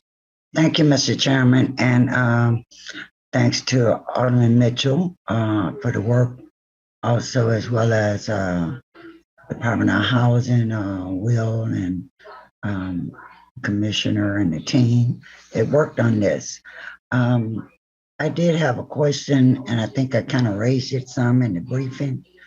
When a person passes away, how do you handle the situation when their banks is involved? And how do that property, how do the court handle that when the bank is still there and there's a mortgage? Even though you need to change the ownership, but walk me through that process. Alderman, that's one of those situations where the bank REOs, we're having conversations with the bank banks about purchasing. We can't wipe that away through the ordinance. It's not going to go away otherwise.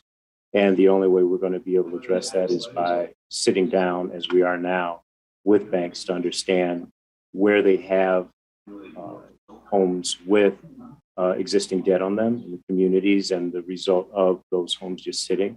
And we've started those conversations, and we plan to, over this next year, really push towards creating an opportunity to be able to minimize those costs and purchase those homes for the sake of revitalizing the community. So long story short, Alderman, as we talked about before, we're working. Okay. How would you handle a property that's mixed use?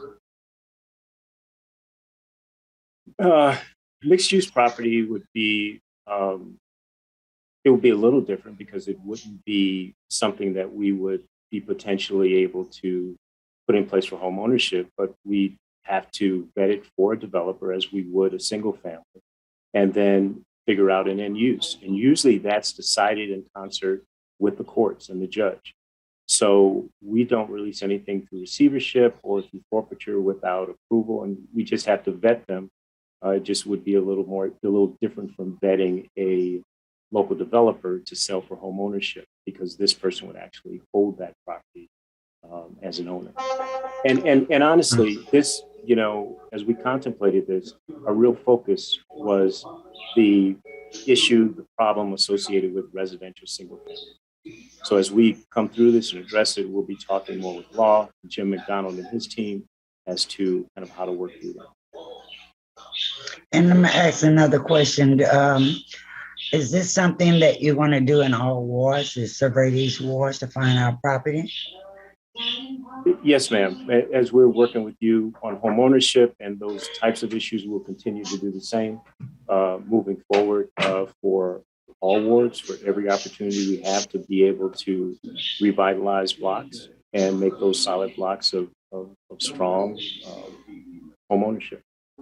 I would just jump in on that one too, Alderman Mitz, that I think, while technically sure this is available everywhere, I think we absolutely see its most urgent need in communities where we struggle with appraisal gap issues and where we're struggling with lower values.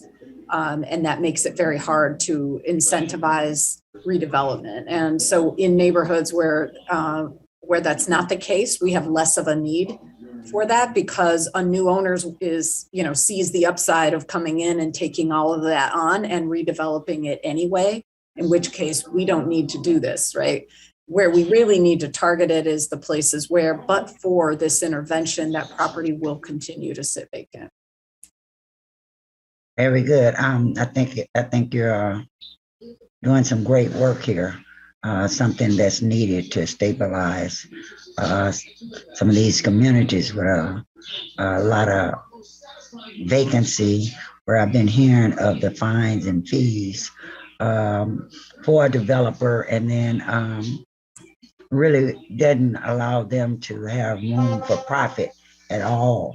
So it's hard to kind of make it affordable. So I think you're doing a great job in the first steps you're starting here. Looking forward to working with you. Thank you, Commissioner. Thank you, Alderman. Let's go to Alderman Osterman and then back to Alderman Mitchell.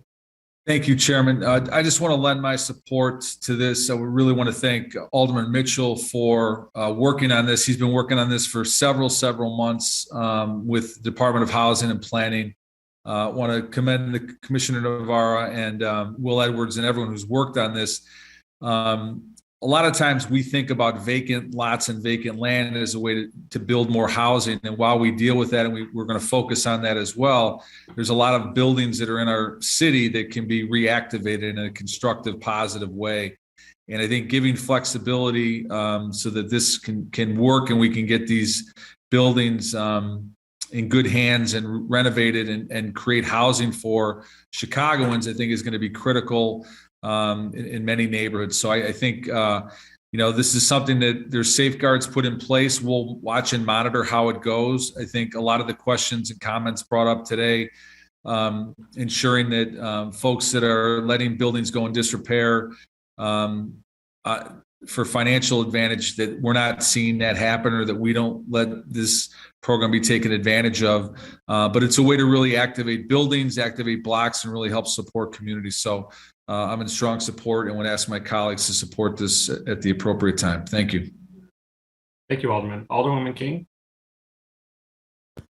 Yeah, just really quickly, I wanted to congratulate my colleague, Greg Mitchell, on this, but just also add to something Commissioner Navarro said. I do see places in communities where there's been, gentrification or, kind of a shift in the market where these tools can be used as well, to keep affordable units there for buildings, that have gone to disrepair, and in a kind of a swinging market would go to, some investor or developer, but could try and keep existing folks who have affordable housing or, housing that's not as, that hasn't seen the upside in the market in the community. So, but thank all of you guys for working on this. All right, let's have Commissioner, do you have anything else to add before I hand it off to Alderman Mitchell? That's it. My thanks again to Will and Alderman Mitchell for their work on this. Excellent. Okay, we'll have Alderman Mitchell speak to his item here. Are you ready? Yeah, well, first of all, I definitely have to thank Commissioner Navarro and Will Edwards for working on this. It started with an idea, and the commissioner wasn't amenable to listening and adapting and putting new tactics in place, this will never have come to fruition. So I definitely appreciate you working with us and putting the resources behind getting us to this point. Great dialogue from everybody, which supports the issue that this is an issue. This is a new tool that will seek to put a dent in wards like mine. They pointed out 97 properties. I have hundreds, but I know that this ordinance will be attractive to address just very certain issues. So we're going to continue to bring those other issues to the table and try to put strategies to combat them. And I definitely want to continue to work with the Department of Housing. My colleagues, Michael Scott already mentioned that he and I have been talking about this since we first got elected. I've heard, stories from other aldermen, Alderman Dow, Alderman Harris, Alderman Sawyer. So this tool was inevitable, and once again, it could not have come to this point without Commissioner and her staff listening and being amenable to employing new tactics to address the stabilization issues in neighborhoods like mine.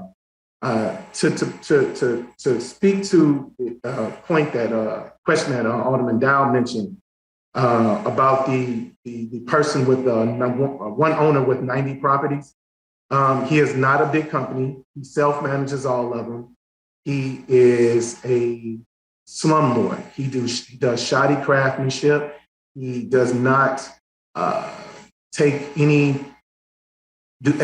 any due diligence with respect to bringing tenants in. And he has just been a major problem to my neighborhood. And with this, he will not be getting off scot-free. As a matter of fact, we're seeking to take properties from him, which would in effect take that rent from him as well. So the purpose of this ordinance is not to let any bad actors off scot-free, but to be able to get the opportunity for developers to acquire the properties, to put the necessary work in that is not subpar, and offer a great product for sale, which you all know will seek to stabilize communities like mine. So once again, thank you for everybody. Thank you for that dialogue. I welcome that we're going to continue to discuss this, because once again, this is only going to address certain properties based on the criteria that was outlined. So with that said, I ask for everybody's favorable support on that. And after Alderman Harris speaks, I move to pass. Thank you. Thanks, Alderman. Alderwoman Harris. Thank you, Chairman. I would be remiss if I didn't thank Alderman Greg Mitchell for all his hard work on this. I really want to pat him on the back and say great job, because this was a major lift to get done, and he worked so hard and put so much time into it. And I think that it will begin to transform communities of color across the South and the West Side. So I'm just grateful for his diligence and his hard work, for sticking in there and seeing this project to the very end. And I just want to say thank you to him again. And I think it's going to be wonderful for our communities. Thank you. Thank you. Vice Chair Hurston. Thank you. I too just want to join in to thank my colleague, Alderman Mitchell. We often talk about the problems that we're having with our buildings, and we talk about solutions. And he's been able to stay the course, and I'm glad, because we have something now that makes sense. And I also want to thank the commissioner and Will Edwards, who have been working tirelessly since they came in to try to really address the needs that we as aldermen say that we want in our communities, and their efforts should be acknowledged, because in the past, people have just paid lip service to the things that the aldermen said that they're looking for solutions for to help their communities. But I think Commissioner Navarra and Will Edwards have really taken the bull by the horn and are doing a great job. So I want to acknowledge them and all of their hard work. Thank you, Chair. Hairston, and I'll take Alderman motion to approve item O 2020-5871. Chairman Wright. Chairman, before you do that, I do have one more thing to say. I would be remiss if I'll hold my comment there. Okay, I'm sorry. I would be remiss if I did not specifically say thank you to Chairman Osterman. The minute he took over at Housing and Real Estate, I was in his face, and he has been a consummate professional, just like Commissioner Navarro, in listening to the needs of our community. He has been a champion and supportive of this. So, Chairman, I really appreciate you, being a supporter of this, and I look forward to continue to working with you on, because we have more issues, and we're going to bring them to your committee. So, thank you for that. All right, thank you, Alderman, and to approve this item by affirmative vote of all members present to establish quorum. All in favor signify by saying aye. Aye. Aye. Aye. Anyone opposed? Aye. In the opinion of the chair, the ayes have it, and the motion carries. Congratulations, Alderman. Thank you, commissioners. Thank you for your work on this. Thank you. All right, ladies and gentlemen.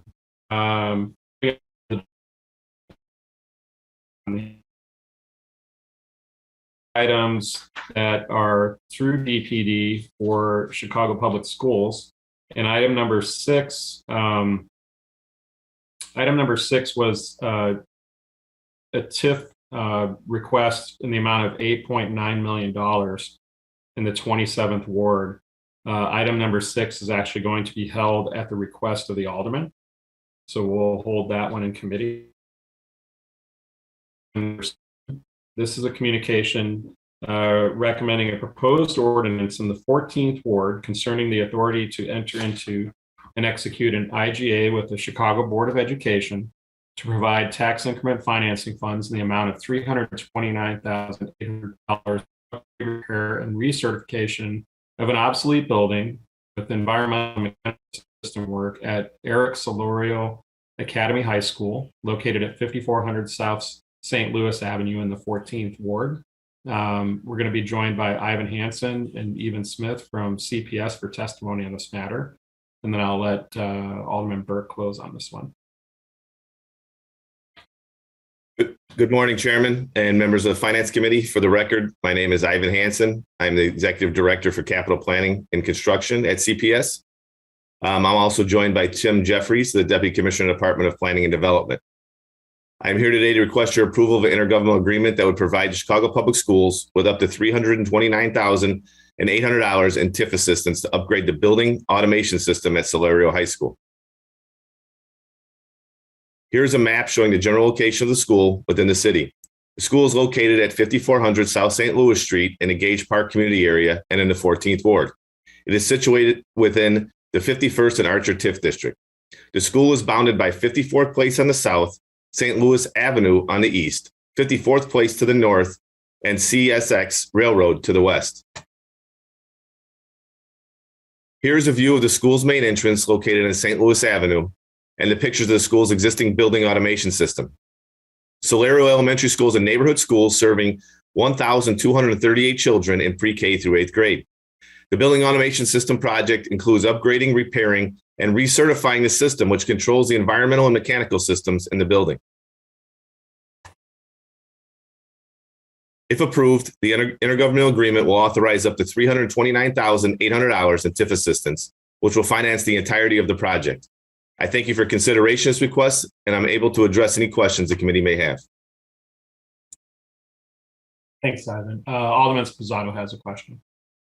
Thank you, Chairman. Of course, I 100% support the upgrade for the school, but just a question, Ivan. That's a pretty new school. When was that school built? I'll have to get you the exact date, but you are correct that school is probably about 10 years old. Okay, all right, that's good enough, Ivan. You don't have to research it. I mean, I just thought it was a fairly new school, that's all. All right, thank you, Ivan. Thank you, Chairman.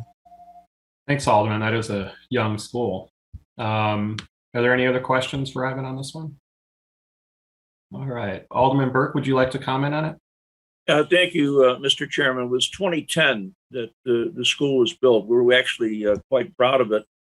And it's one of the top high schools in the state of Illinois. It's also named for a Chicago police hero. And interestingly enough, Mr. Chairman, two of the items on the agenda today relating to these uses of TIF funds for upgrades are to schools that are named for police heroes. Eric Solario was a young 26-year-old Chicago cop who was killed in the line of duty. And Irma Ruiz is the police hero. The third female Chicago police officer killed in the line of duty in Chicago, and for whom the Ruiz School is named. It's a excellent use of TIF funds, I believe, as a general rule. But I have to correct Ivan on his identification of the address. Its address is actually on Norman Bobbins Avenue, not St. Louis. St. Louis is the street to the east of the building. The street that it's on is Norman Bobbins Street. So I'm proud to be able to commend this project to the other members of the committee, and be happy to vote in favor of it and urge everyone to vote for it. Thank you. Thanks, Alderman. Before I go to Alderman Smith, Ivan, I think the Alderman's correct on the address that it sits on. I think we used perhaps the zoning designation or can you clarify the official address? It shouldn't matter on this, but I just want to make sure we're okay on it. Yes, let me clarify that. Well, you don't have to clarify it, Ivan. I'll to do- clarify it for you. I was a sponsor of the naming of the street, and if you see the stationery for the school, you can see it honors the longest serving member of the Chicago Board of Education, Norman Bobbins. Yeah, Alderman, we'll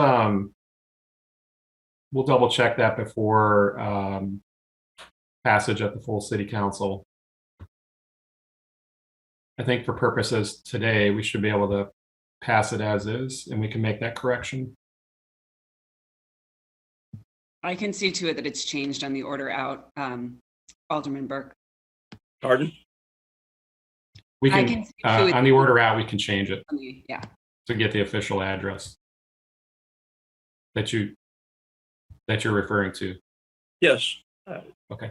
It's, a minor matter, but that's just the way it is. That's the street that it's on.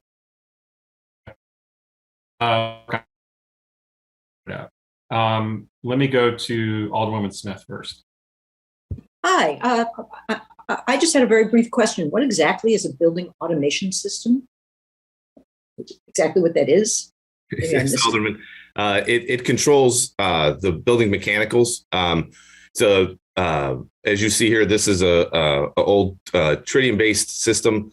Our mechanical systems work via a couple different languages they talk. It's LAN, back neck, but it's how we control the actuators, the vents, the temperatures in the building without actually physically going to each location. You can do this remotely. We are also working district-wide to make these happen, not only at the school, but at a main level where people don't even need to get to the physical school to make these adjustments to temperature, turn things on and off, really automate the system where we can save energy and make it more efficient staffing and energy cost-wise. Okay, thanks. Yeah, that's a very beautiful school. And I was wondering, does a system like that really work in a really old school like my high school, which is built in 1898?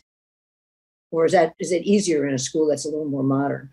It's definitely easier in a school that's more modern because the mechanical systems are easily adapted to this. In the older schools, prior to these type of controls, you get into a pneumatic system that works really with air moving and weights moving things around. But if we are changing out mechanical systems to upgrade them in schools, we definitely include the new building automation system with those. Okay. Thank you very much, Chairman. No further questions. Thank you, Alderman. Alderman Burke, did you have anything else to add to that? No, I'm pleased to have the school in our ward. We, I think, devoted about $93 million to the construction of the school when it was built. And as I said, it's one of the top high schools in the state of Illinois. I think ranked, if I'm not mistaken, number 67 in the state of Illinois, which is remarkable. And it's overseen by AUSA, the Academy for Urban School Leadership, and the principal is Victor Interalde, who's a really wonderful leader. And it's also designed to be a site for training of teachers. Really a remarkable institution. Great, thank you, Chair. So Alderman Burke makes a motion to approve this item O 2021-5732 by the affirmative vote of all members present for the roll call used to establish quorum. All in favor signify by saying aye. Aye. Aye. All those opposed? In the opinion of the chair, the ayes have it and the motion carries. Thank you, Alderman. And thanks for the little history there too. It's always helpful. And Ivan, we'll work with you on that correction before we report out. And ladies and gentlemen, moving on to item number 8. This was a request for TIF funds in the first ward for James Otis Elementary in the amount of $11 million. This item is being held at the request of CPS. So moving on to item number 9. In the 25th ward, this is a communication recommending a proposed ordinance concerning the authority to enter into and execute an intergovernmental agreement with the Chicago Board of Education to provide tax increment financing funds in the amount of $3.8 million for replacement of mechanical systems at Irma C. Ruiz Elementary School, located at 2410 South Levitt Street in the 25th Ward. Mr. Hanson, you're all set there. Okay. Thank you. Good afternoon, Chairman and members of the Finance Committee. For the record, my name is Ivan Hansen. I'm the Executive Director for Capital Planning and Construction at CPS. I'm also joined by Tim Jeffries, the Deputy Commissioner of the Department of Planning and Development. I'm here today to request your approval of an intergovernmental agreement which provides Chicago Public Schools with up to $3.8 million in TIF assistance to provide a mechanical system replacement at Ruiz Elementary School. Here's a map showing the general location of the school within the city. The school is located at 2410 South Leavitt Street in the Lower West Side community area and in the 25th Ward. It is located within the Pilsen Industrial Corridor TIF District. The school is bounded by Coulter Street to the south, Leavitt Street to the east, 24th Street to the north, and Bell Avenue to the west. Next slide, please. Here's a view of the school's main entrance on Leavitt Street and pictures the school's existing mechanical system.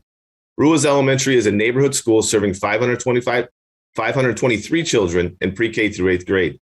The mechanical system project includes demolition of the existing steam boiler plant and replacement with new hot water plant and associated equipment, including a new building automation system and controls, select air handling unit replacement, new chiller, and electrical infrastructure upgrades. Next slide. If approved, the intergovernmental agreement will authorize up to $3.8 million in TIF assistance, which will finance the entirety of the project. Next slide. Here's a photo illustrating what new mechanical systems may look like. Completion of the project is scheduled for the winter of 23. I thank you for consideration of this request, and I'm available to address any questions the committee may have. Thank you. Are there any questions for Mr. Hansen? All right. Alderman Scott makes a motion to approve this item O2021-5746 by the affirmative vote of all members present for the roll call used to establish quorum. All in favor signify by saying aye. Aye. All those opposed? Aye. In the opinion of the chair, the ayes have it, and the motion carries. Thank you, Ivan. And moving on to item number 10. Item number 10 is a communication recommending a proposed ordinance concerning the authority to enter into and execute an intergovernmental agreement with the Chicago Board of Education to provide tax increment financing funds in the amount of $4.25 million for the full roof replacement of main and annex buildings at Spencer Elementary Technology Academy, located at 214 North Laverne Avenue in the 28th Ward. And we're joined by Mr. Hansen again for this item. Thank you, and good afternoon, Chairman and the members of the Finance Committee. For the record, my name is Ivan Hansen. I'm the Executive Director for Capital Planning and Construction at Chicago Public Schools. I'm also joined by Tim Jeffries, the Deputy Commissioner in the Department of Planning and Development. I'm here today to request your approval of an intergovernmental agreement that would provide Chicago Public Schools with up to $4.25 million in TIF assistance to provide a full roof replacement and targeted masonry repairs at the main and annex buildings at Spencer Elementary School. The total project cost is $8.5 million. CPS will fund the remaining $4.25 million of the project. Next slide. Here's a map showing the general location of the school within the city. The school is located at 214 North Laverne Avenue in the Austin community area in the 28th Ward. It is located within the Madison-Austin TIF District. The school is bounded by Maypole Avenue to the south, Laverne Avenue to the east, Fulton Street to the north, and LeClaire Avenue to the west. Here's a view of the school's main entrance. Sorry, can you back up one, please? Thank you. Here's a view of the school's main entrance located on Laverne Avenue and pictures of the school's existing roof and failing masonry. Spencer Elementary is a neighborhood school serving 437 children in pre-K through 8th grade. The roof masonry project includes replacing the entire roof system of the main and annex buildings, performing targeted mason repairs and target interior finishes due to water infiltration. Next slide, please. If approved, the intergovernmental agreement will authorize up to $4.25 million in TIF assistance, with remaining $4.25 funding coming from CPS. Completion of this project is scheduled for winter of 2024. I thank you for consideration of this request, and I'm available to address any questions the committee may have. Thank you, Ivan. Alderman Urban, I just have, I don't know if you wanted to say anything to this one, but Ivan, I had just one question. When we do these rooftops replacements and some of this masonry work, what's the expected life of such a project? What kind of guarantees or warranties do we look for on these? On the roof, we're looking at a minimum of 20-year roof guarantee. Those warranties, though, do kind of have some attrition to them. So, if we get a leak 11 years down the road and the company does come back to fix it, there is some type of, percentage loss on that cost, but we do look for a 20-year guarantee. Great. And the same thing on the masonry work, or is it a little less? Okay. Yeah, same. Okay, excellent. Alderman Sposato. Thanks again, Chairman. Sorry to be asking so many questions, but I've been just curious, why 2 years from now? Why not? If it needs a new roof, I mean, can we wait 2 years? I mean, and then we're starting in the winter as opposed to the spring or fall. Well, spring, I should say. So, Alderman, no, that's a great question. This one is kind of spread out due to the funding of the TIF. If the way it's spread out, if there is the available dollars up front, then we would look to get all this done in one summer, correct? But I believe it's due to the funding of the actual allocations of the TIF. okay, thanks. Yeah, just our schools, we just need to make it as I don't know, as comfortable and in the best situation as possible for our children. But thank you, Ivan. Thank you, Chairman. Thank you. And Alderman Urban? Yes, thank you, Mr. Chairman. This Spencer Elementary, which is in the Austin community, definitely is in need of some assistance as it relates to the envelope of this building.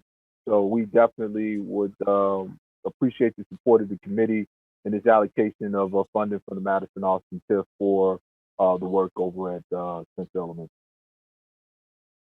Thank you, Alderman. So Alderman Sposato makes a motion to approve this item O 2021-5747 by the affirmative vote of all members present for the roll call used to establish quorum. All in favor signify by saying aye. Aye. All those opposed? In the opinion of the chair, the ayes have it and the motion carries. Thank you, Ivan. Appreciate your work on this. Thank you. All right, ladies and gentlemen. Moving on to communications from the Department of Law, item 11. This is the monthly report of judgments, verdicts, and settlements from the Department of Law for the month of March and will be placed on file with the clerk. Item 12 is a proposed order for tag day permits on behalf of Mercy Home for Boys and Girls for citywide work tag days for March 5th and March 11th through 13th, 2022. And the ACLU for citywide permits on January 27th through June 30th, 2020. Items 13 and 14 are authorizations for the payment of various small claims against the city and the denial of payment of various small claims against the city. If there's no objection, these items will be placed on the omnibus. All right, ladies and gentlemen, we'll now move on to our supplemental agenda. Give me 1 second.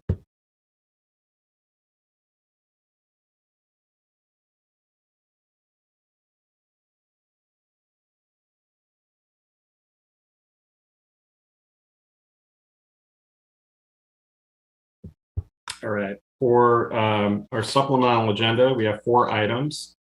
We'll be joined today, as many of you recognize from earlier, Ms. Victoria Benson, the Deputy Corporation Counsel, and Jessica Felker. They will be going through the settlement cases today. And before we do that, though, Alderman Sposato, you had a question? Yeah, another question, Chairman. Sorry, should have asked you this question at the beginning of the meeting. And I have a question for you about moving forward in your meetings, and it's on divided votes, roll call votes.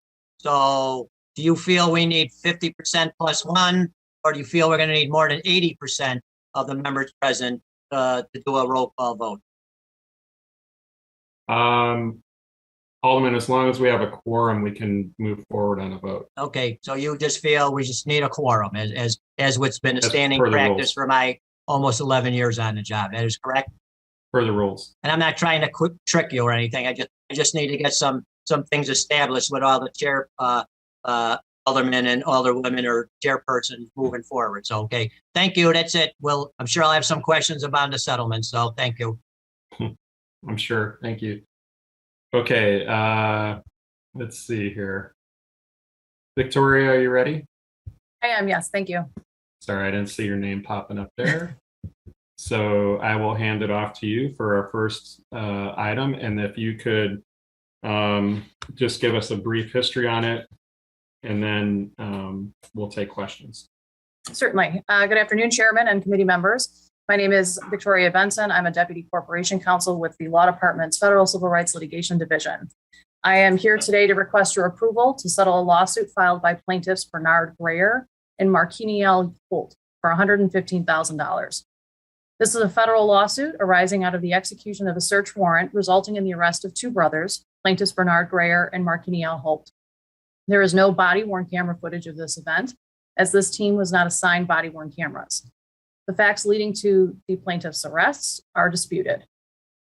On December 1st, 2018, one of the defendant officers met with a reliable J. Doe who advised that he saw an individual he knew to be BB with a gun at a particular location.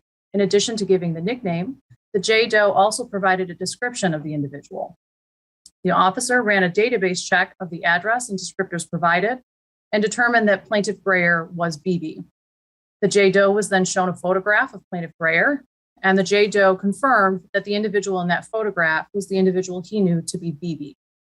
The J. Doe was also driven past the address that he provided and confirmed that that was the location where he saw BB with the firearm. The defendant officer also searched plaintiff Grayer's social media accounts, which showed photographs of plaintiff Grayer holding firearms, similar to the firearm the J. Doe had described seeing BB holding. Based on this information, the defendant officer presented a complaint for search warrant to a Cook County judge for approval. The defendant officer also brought the J. Doe before the judge. The Cook County judge then signed off on the search warrant. 2 days later, on December 3rd, 2018, the defendant officers and other members of the Area South Gun Team executed the search warrant. According to the officers, when they arrived, they saw plaintiff Grayer holding a firearm that matched that described by the J. Doe. Plaintiff Grayer then handed the gun to plaintiff Holt, who ran upstairs and hid the gun, which was later found inside a closet inside a coat pocket. When asked about the gun, plaintiff Holt told officers he had a valid FOID card and that he owned two guns. Both guns were found, one of which was found inside the center console of plaintiff Holt's girlfriend's car, which had been parked on the street outside of the house. The officers also found several $100s worth of cannabis in the toilet that the occupants attempted to flush. According to the plaintiffs, however, the officers never saw plaintiff Grayer with a gun, nor did they see plaintiff Holt hide any firearm. Plaintiffs claim that after the officers entered the home, plaintiff Holt told the officers that he had a FOID card and a concealed carry license, and that he lawfully possessed two guns. Plaintiff Holt then told the officers where the guns were located. According to plaintiff Holt, although one of the guns was found in the closet, he claims it was inside of a lockbox, not inside of a coat pocket. Plaintiff Grayer was arrested for unlawful use of a weapon by a felon. His case was dismissed on July 18, 2019. Plaintiff Holt was arrested for obstruction. His case was dismissed on January 22, 2019. Plaintiff Holt demonstrated sufficient ownership of both of the guns that were recovered, such that a Cook County judge ordered both guns, including the gun for which plaintiff Grayer was arrested for unlawfully possessing, be returned to plaintiff Holt. Given the risks associated with proceeding to trial in this matter, we recommend settling this matter for $115,000. Thank you, Victoria. Are there any questions? Alderman Cardenas? So, based on all the evidence, based on the fact that people saw that he had a gun and detectives acted on that information, not knowing that he had a valid FOIA card. So by all accounts, they did everything by the book, did they not? Without getting in too much of legal analysis, which I don't want to discuss in a public forum, I'm happy to answer some of your questions. But just to be clear, the individual that was charged with unlawfully possessing the gun was not the individual who owned the gun. So what happened here is that officers charged one of the plaintiffs with owning a gun that was owned by somebody else inside that house. And both of those guns were returned to the other plaintiff. But it was seen that the guy that they were trying to apprehend, because of potentially gun possession, was the right person. In terms of for the execution of the search warrant, yes, but the facts are disputed as to whether or not the individual plaintiff, Breyer, was holding the gun outside. The plaintiffs dispute that. They say that never happened. So here you have a question of who do you believe? Well, I believe the cops. So I voted no. Thank you. Okay. All right, Alderman Tabares. So why was Holt at the address? Did he have, what, does he live there, Holt? I'm not sure if both of them live at that address. So the address. I can certainly get you that information off afterwards. Yes, please. I just like to know if Holt lived there, and if he didn't, why was he there at that address, Holt? Thank you.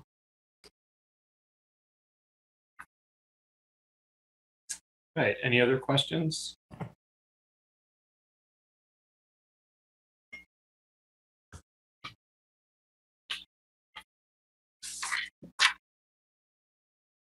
Alderman Napolitano.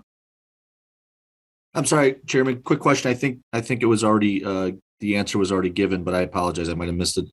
When the police officers made entrance into that location and they recovered the said weapon in the location, not the one that was in the car, where was it recovered? Was that ever recorded or in the paperwork where it was recovered? According to the officers, it was recovered inside of a coat pocket that was in the closet, and the plaintiffs say that it was actually in a lockbox. Thank you very much. Thank you. No questions. No further questions. Thank you. Thank you. All right. Vice Chair Harrison makes a motion to approve item 1A by the affirmative vote of all members present for the roll call used to establish. Chairman, I'd like to be recorded as a no. Okay. Roll call. Tabares votes no. All right, we'll do a roll call. Roll call for item 1A. This is the Greer and Holt case.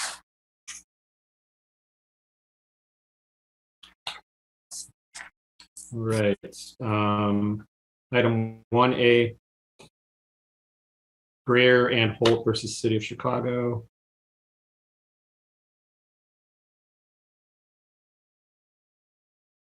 Alderman Hopkins, are you ready? Alderman Hopkins. Alderwoman Dowell.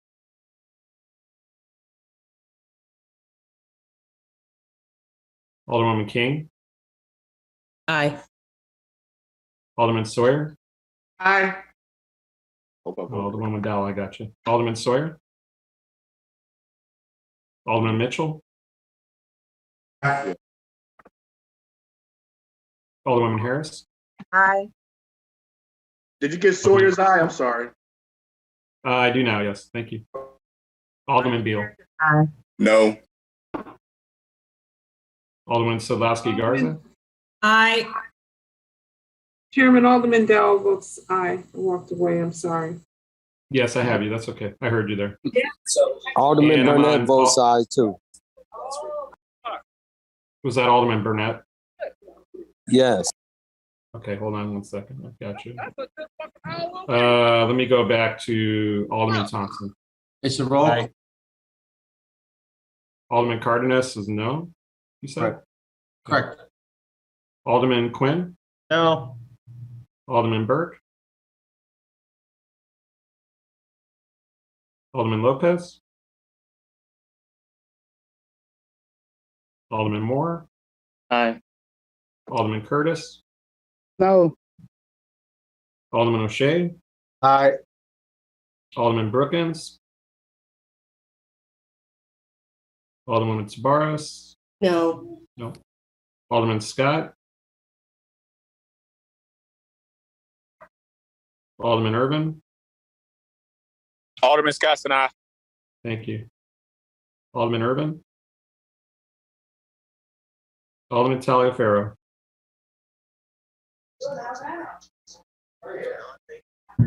Alderman Roboyers. No. Alderwoman Austin. Oh, Alderman Villegas. Alderwoman Mitz. Aye. Alderman Spozzato.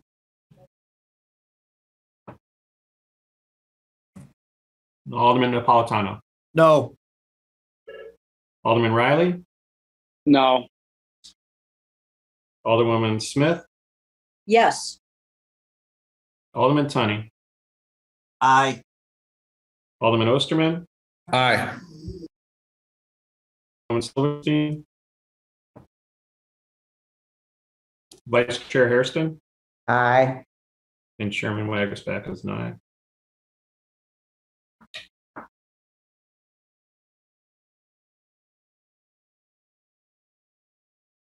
I have 17 ayes and 9 nays, and the motion passes.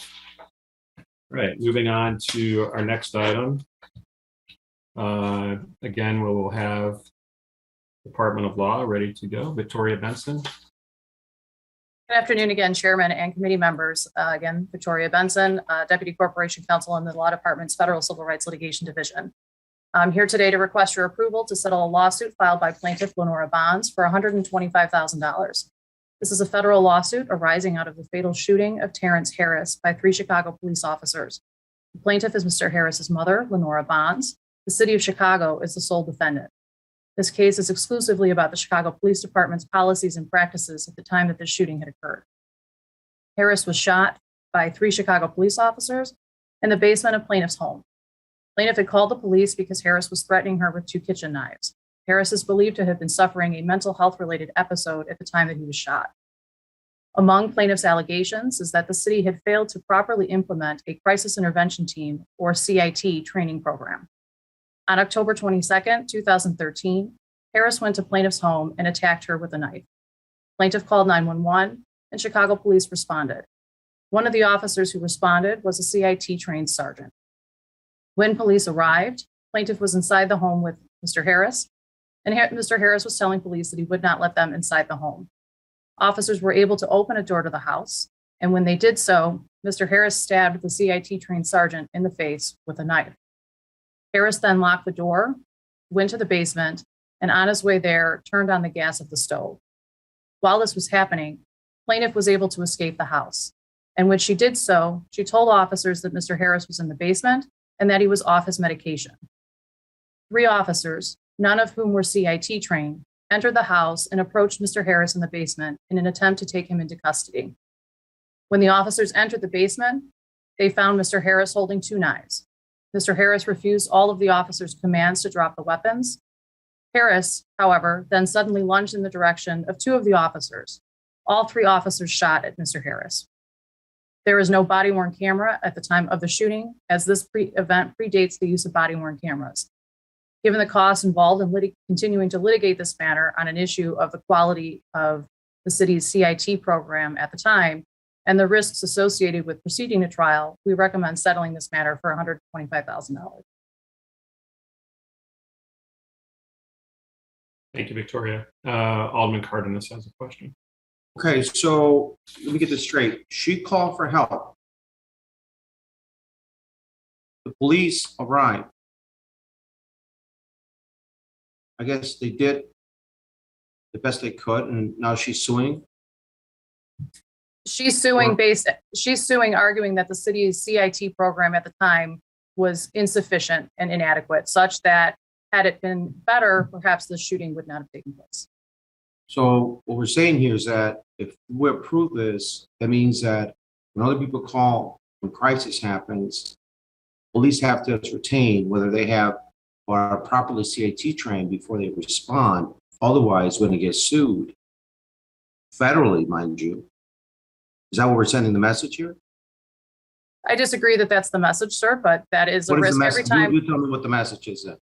the message here is that it is more cost effective to settle this case rather than litigate the issue of the quality of the city's CIT But program. what do we tell police when they have to respond? And do they have to say before, are we CIT trained before I respond? Because I don't know what's going to happen once I'm inside the house. Depending on some of the circumstances, yes, there should be decisions made as to what the information is here. And this is a house where Chicago police had been, in fact, twice before this event had occurred, whether or not CIT trained officers should be dispatched. So aren't we at the same time putting people in peril by not responding fast enough? Could we potentially be sued by not responding in the first place, even though we're not CIT properly trained? I Could that also disagree. happen? Could that also happen by being sued because you don't respond? I would sue you if I call 911 and I don't get the proper response. That's actually not a claim that can be made. People have sued because they've been in peril and they've been obviously. People sue, and we usually get people sue, and we file motions to dismiss those. Interesting. Okay. Yeah, I have a problem with that. Thank you. Alderman Osterman. Thank you. Ms. Benson, I appreciate the testimony. The individual who was shot, was he killed in this? He was I missed not. that part. Oh, I'm sorry, Mr. Harris, or Yes. the individual who was shot? Yes, he died. Do we know, and I missed again the beginning part of the presentation, the year that this took place? 2013. Okay. And do you have the numbers of CIT trained officers at that time on CPD? And do you have the number of officers that are currently CIT trained on CPD? I don't have that information available. That would have to be something with CPD, but I can tell you that that number has increased now as compared to 2013. Okay. I'm asking that question, and that's an important factor, I think, beyond this case, and something that is squarely in the jurisdiction of the city council as we look to advocate for more CIT trained officers. I think, I know that there's been a lot more officers that have been trained, and that's something that we as a city have to make sure that we are doing so that situations like this don't happen. So I appreciate if you can get that information through the chair, and thank you. Thanks, Alderman. Alderman Sposato. Thank you, Chair. I just would like to be recorded as a no on this one. Well, I'm gonna take a roll call, so Okay. You can hold it. Sorry. Alderman Thompson. I was gonna just record it as no. I'll wait for roll call. Okay. Alderman Tabarez. So there was a CIT officer. He was stabbed in the face. This is a justified but unfortunate situation. Settling sends a bad message to police officers when they have to make these split-second decisions. Chairman, I'll be voting no. Thank you. Alderman Roboris. Chairman, if I'm not mistaken, I think this is the gentleman that was shot 29 times. Yes, shot Correct. 29 times, fired at 32 times. Okay, By 3 different Chicago police officers. right. Thank you. Okay, thank you. And do you have any other details on that that particular? That's okay. I'll move on to the next person. Alderman Napolitano. Thank you, Chairman. Quick question. It was stated that the officer that was trained, the sergeant that was trained, knocked and the offender answered the door and stabbed him in the face, and then locked the door and fled. How long after that did they make entry into that location? Was that immediately after? I'm not sure exactly, but it's not. They're able to get access relatively quickly. Okay, thank you. Thanks, Alderman. Alderman Riley. Thanks. So I just wanted to confirm it was a sergeant who was trained in CIT who was stabbed in the face. That's correct, right? Correct. And I understand in terms of the focus on the CIT trained officer. But I think we need to remember here that 3 of the officers who did go into the house were not, and who actually shot Mr. Harris were not CIT trained. And part of the issue that we'll see here is that when the shooting had occurred and when those 3 officers entered the home, the plaintiff who had called 911 had exited. So the question will be, was it necessary for them to have done so at that time, given that the individual who had called for police had exited the home? Understood. I guess one could also advance the argument in court that given the fact that a CIT trained sergeant was stabbed in the face, those 3 officers could perceive as a very real threat someone with 2 knives lunging forward at one of them or multiples of them. And one could suggest that was a reasonable response given the situation at the time. Oh, absolutely. That would certainly be our defense. Yeah. So for that reason, Chairman, I'll be voting no. Thank you. Point of information. Yes, Alderman Moore. This is the Harris case, correct? No, it's not. Which one is this one? This is Bonds. The Bonds. Okay. Yes, separate. Harris is the last on our list today. Okay. And the individual, I will say, some of the confusion may be that the individual shot in this event, his last name also is Harris. Yes. Let me clarify, that's Alderman the Moore. confusion. Okay. This is Lenora Bonds versus City of Chicago on behalf of her son, Terrence Harris. Right. But it is Bonds versus City of Chicago. Okay. Thanks. Alderwoman King? Yep. So what was the time frame in between the time the sergeant was stabbed and the individual was shot? I don't have that information available. I can certainly get that afterwards for you, but it was not a significant amount of time between the 2. When you say like minutes?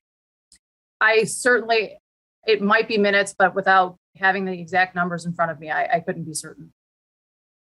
But it wasn't hours. There was no negotiation. And what did the officer who was stabbed, what did he do? He was immediately taken for medical care.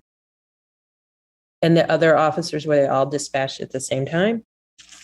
As this event happened, officers are arriving at different periods of time. Okay. And did they know about the stabbing of the other officers? Yes, we expect that some of the argument here will be is that was the shooting was done in part as revenge for what had occurred to the sergeant. Yeah. And what was the original demand? Over $3 million. Okay. And how old was the young man? The decedent? Give me 1 second.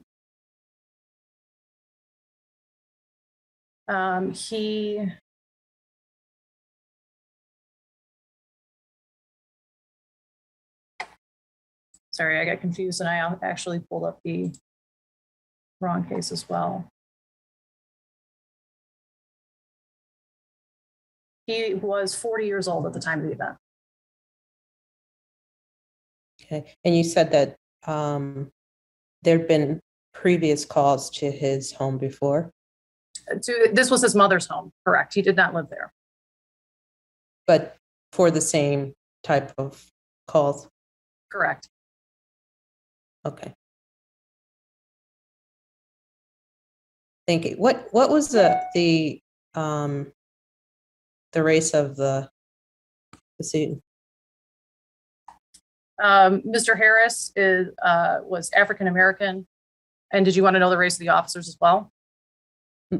I didn't, but go ahead since you put it out there.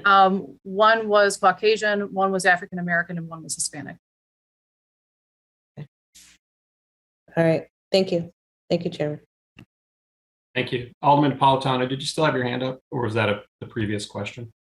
I'm sorry, Chairman. No, that's from a previous question. Thank you, sir. You bet. Alderman Scott. Thank you, Mr. Chair. Alderman King asked my question about what was the initial offer, but what if I'm not mistaken, you said that there are ongoing court. How much have we spent in court costs thus far in this case?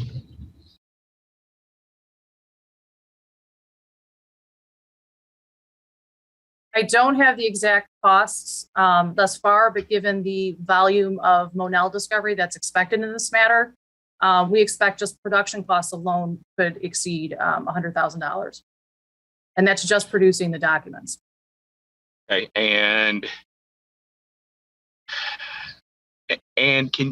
I'd like through the chair, if possible, how much has been spent thus far. So if we think over 100,000, just what our total exposure would be in this case thus far, and moving forward. If you say over $100,000, if you could get that through the chair, that would be helpful for me. And you said the initial demand was three and some change. What was the exact number? I don't have the exact number. The demand was made very early in the case, and unfortunately, I don't have that documentation. Can you also get that through the chair, please? Sure thing. Thank you, Mr. Chair. Thank you. Alderwoman Dowell. Thank you. Thank you, Mr. Chairman. Was this the case where the decedent was shot twice in the back of the head? Yes, he was. Okay, were ballistics done on those bullets? Did they come from the same gun? I'd have to review the reports to see. I don't know. I'd like to know the answer to that question. If possible, can you get that before we vote on this? I mean, certainly I can't get it today. I would have to go through the firearms recovery worksheets, et cetera. Do you have any firearm analysis on the direction of the bullets? You know, were they from the front? I don't have any of that information and where they are in the case at this point. I can certainly check to see some information from the ME's reports, but I don't have a full analysis of the trajectory of all of the shots. Those are my questions, Mr. Chairman. Thank you. Thank you, Alderwoman. Alderman Tunney. Thank you, Chairman. And Ms. Benson, just for the record again, how many times was the decedent shot? I heard. How many times? He was shot 29 times by 3 officers. Okay. So the plaintiff did not even go down the road of excessive force, but only the lack of CIT backup? Yes, part of the issue is the timing. Any claims regarding excessive force were barred by the statute of limitations. And you mentioned that in the basement, the decedent had turned on the gas, but you don't give any indication as to why that was included in the report. Was it he might be suicidal or what? The belief was there was a concern that given his turning on the gas, was he going to do something that would thereby cause an explosive reaction and blow up the house? All right. Okay. I just, it's obviously a very sad case, but I don't know. My question, that but for the statute of limitations, I'm kind of surprised that the CIT issue is the issue we're deciding today in regards to the settlement. That's it. Thanks. Thank you, Alderman. Victoria, can you let us know who the attorney is on this case, both on both sides? Certainly. So the matter is being defended in-house by our office. And the plaintiff's attorney, she has 2 counsel, one of whom is, sorry, I apologize. Oh, one is Victor Henderson of Henderson Parks. The other is Jordan Marsh of the law office of Jordan Marsh. Mr. Marsh used to actually work in the Federal Civil Rights Litigation Division before he left the city and started his own practice. I thought I had him on a different one, but that's the person. All right. Let me go to Alderman Cardenas. Thank you, Ms. Hanson. I don't want to rehash. I want to go back to the sequence of events. Who got there first? How long between shots? There's obviously imminent danger. That's the reason that police was called. It's interesting that the 3 officers who fired, one was white, one was Hispanic, one was African American. Now imagine that each one fired their weapon, not sure which one, how many shots were per gun, and that's something that you can get through the chair and ballistics. Was COPA involved in this at all? I imagine, right? This was investigated by, I believe it was IPRA at the time, and was declared to be a justified shooting. Okay. So it was justified based on the moment and the imminent danger that they faced. I understand that many times, 29 times seems pretty aggressive. The fact that one was stabbed, the fact that you describe imminent danger, the house could be blown up, and meaning they were being dangerous as well. The fact that IPRA said it was justified shooting, I'm not sure why we're settling this case.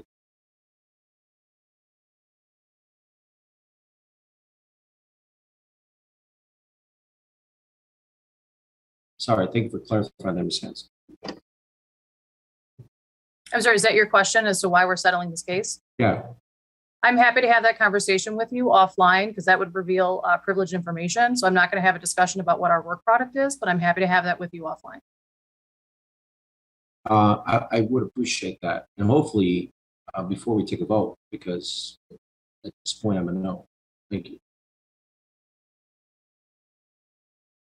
All right. Alderman Napolitano, did you have your hand up again? Not too tech savvy. That's an accident again, sir. Sorry. All right. Alderman Sposato. Thank you again, Chairman. Thank you, Ms. Benson. You answered my one question with Alderman Cardenas about, of course, it was a question I knew the answer to. IPRA deemed this a legit shoot. The other question, of course, I know the answer to, but I'm going to ask you anyways because you brought it up. He was shot 29 times. How many times are an officer supposed to shoot a threat? An officer is trained to fire until the threat is eliminated. Thank you. Thank you, Chairman. Thanks, Alderman. Alderwoman Smith.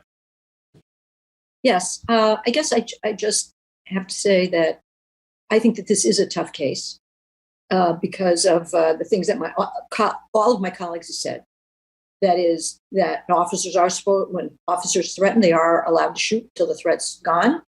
And on the other hand, an upset mother whose young son is completely out of control and wants to be protected, I suppose doesn't expect her son to end up dead.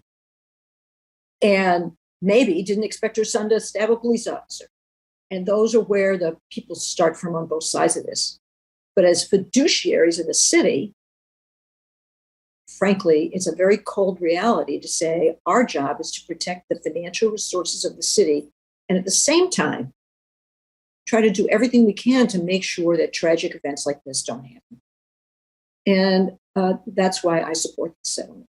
Because regardless of how I feel about it, about the police's actions or the mother's action or the mom's actions, it is a good fiduciary. As a fiduciary of the funds of the city, I believe I am supporting my police force and supporting that mom by supporting the settlement. It is right down the middle, and that's what settlements are about. We've all been involved in situations in which, even though both sides could win, it makes more sense to settle. And that's why I'm supporting settlement.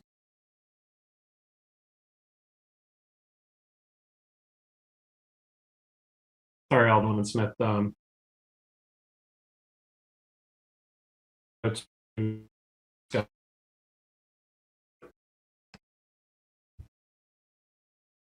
Did you call me, Mr. Chair? Yes, you had your hand up. Or? Yeah, I I have one final question, sir. Sure, go ahead. No rush. Did I hear that the decedent was shot in the head? If so, because I believe I heard that. How many times? And do we know if it was close range or not? Do we know that at all? So he was shot twice in the back of the head. And in terms of close range firing, I don't believe that there's any evidence of stippling in that, which would indicate like a gun pressed very closely against somebody's body. But in terms of the distance, I'd have to go through to get that information for you. I would like that as well through the chair, please. That's it for me, Mr. Chair. Thank you. All right, thank you, Alderman. All right, we're gonna do a roll call vote on this item. I think between now and City Council, Ms. Benson will try to get all that information to aldermen that ask for it. Chairman, can I jump in one more time? Sorry Yes, go ahead. again. Maybe you should hold this one for now because there seems to be a lot of questions that need to be answered. So just a suggestion. I don't want to tell you how to run your committee, but just that's just the way I see it. So. Sure, thank you. Victoria, can you get those questions answered by City Council? By Wednesday, absolutely. Okay, then we'll go ahead with the roll call vote. All right, we'll start out with Alderman Hopkins, and again, this is on bonds versus City of Chicago. If there's any confusion for anyone, this was Lenora Bonds on behalf of her son, Terrence Harris, which is not related in any way to the Harris case, which will be the fourth case that we'll take up today. So again, this is Lenora Bonds versus City of Chicago. Alderman Hopkins? Alderwoman Dowell? Yes.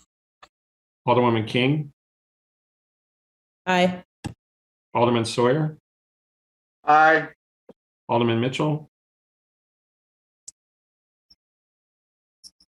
Alderwoman Harris? Aye. Alderman Beal? No. Alderwoman Sadowski Garza? No. And Alderman Thompson? Nope. Alderman Cardenas? Nope. Alderman Quinn? No. Alderman Burke?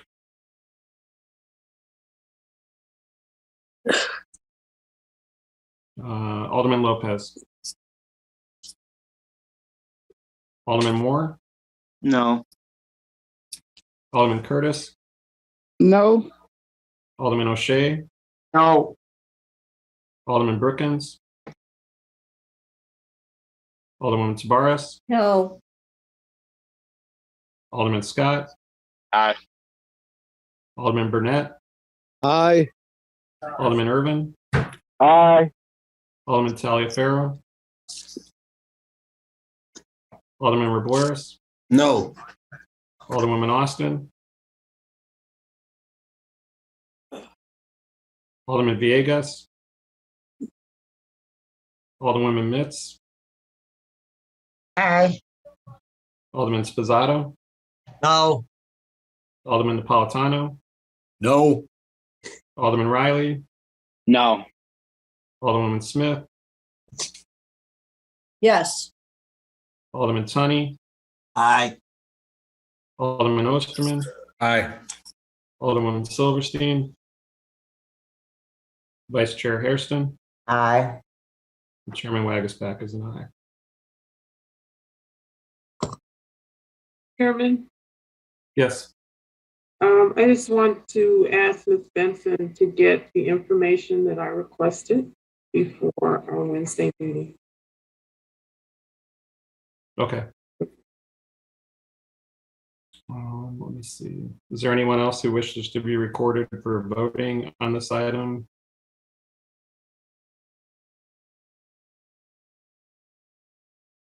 One second there. Point of order, Chairman. Yes. When you're in attendance at a meeting in City Council, aren't you required to vote? Yes, you are. And that's why I was going back to see. Thank you, Chair. Sorry, I have to go through the list here. Chairman, there's a difference between remote meetings and live and in-person meetings, and that's been already spelled out for us by Jeff.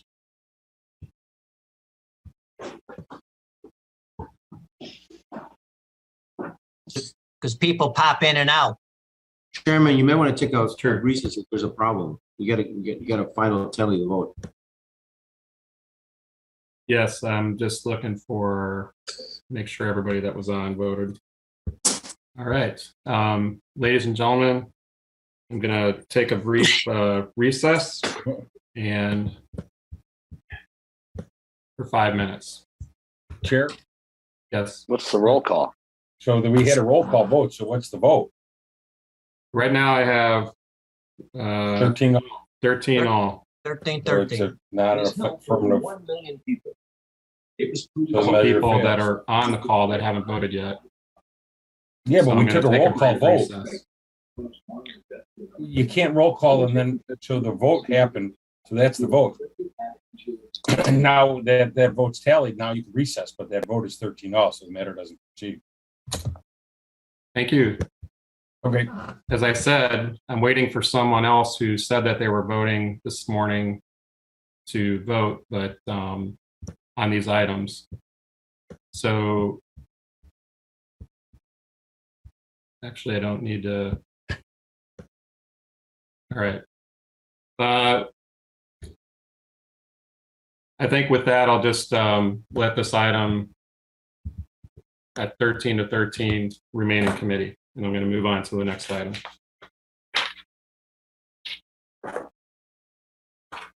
And for this item, we have item 1C. This is from the Department of Law. Ms. Felker is going to discuss the Bailey and Batchelor versus City of Chicago case.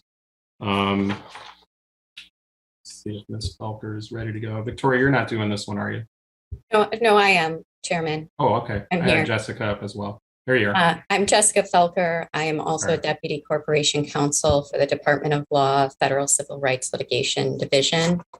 I'm here to present two cases that we are recommending settlement for. They've settled together because they are related. They're both in federal court. As the chairman said, one is Kevin Bailey versus City of Chicago. The other is Corey Batchelor versus City of Chicago. These two men were convicted of a fatal stabbing of a woman that occurred in 1989 in the course of an armed robbery. They both claim they were wrongfully convicted. Their convictions were overturned in 2018. Mr. Batchelor spent 15 years in prison and Mr. Bailey spent 28 years in prison before the conviction was vacated.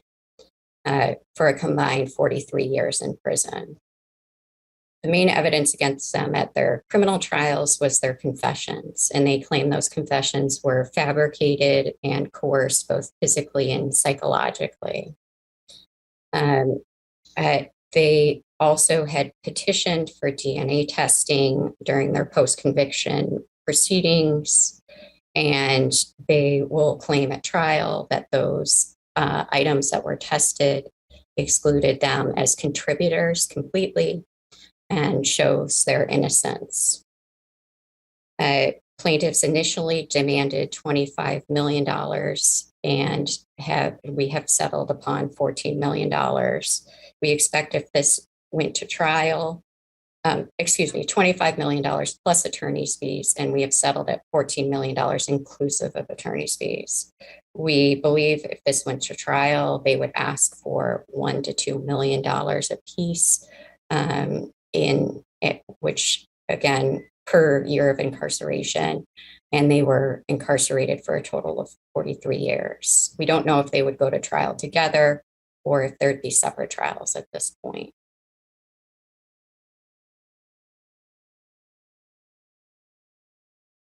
So again, we recommend this settlement as very cost effective and in the fiduciary interest of the City of Chicago. If there are any questions.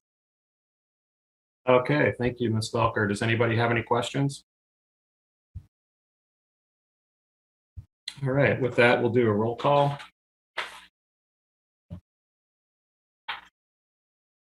And start out, this is Bailey and Batchelor versus City of Chicago. And this was, Ms. Felker, this was $14 million for total was Correct. 43 years? Correct. $14 million total inclusive of attorney's fees for, they spent a combined total of 43 years incarcerated. Great, thank you. Alderwoman Dow. Oh, sorry, Scott, you're breaking up a little bit, and we had a raised hand from Alderman Lopez.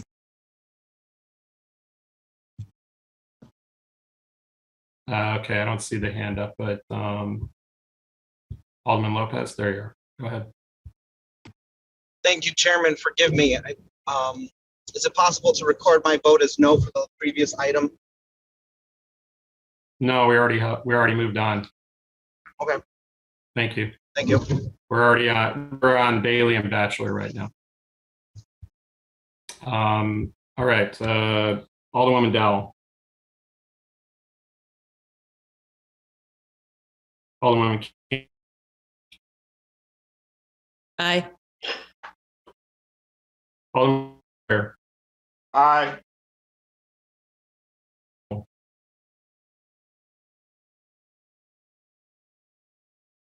We lost you, Chairman.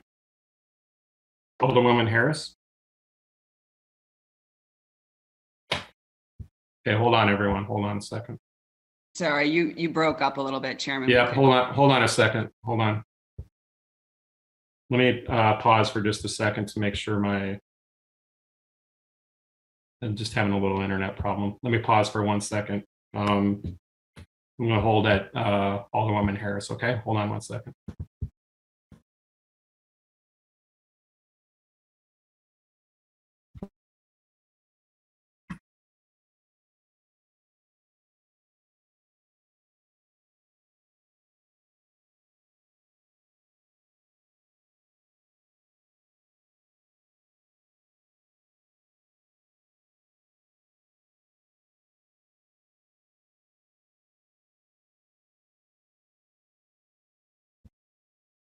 All right.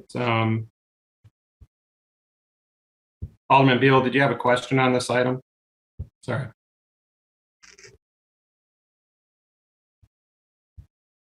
Mr. Chairman, go ahead. Yeah, I mean, I don't have a question on this item. I have a question on procedural. Yes.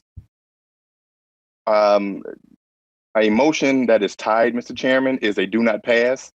And you said you was holding it for other people to log in, and you had another member that logged in, and that member voted no. And so, in just a matter of procedural, that is a do not pass motion. No, yeah, I would think it was if we were still on that motion, but we've already since moved on to the item 1C. So I'll take that into consideration. Do not pass.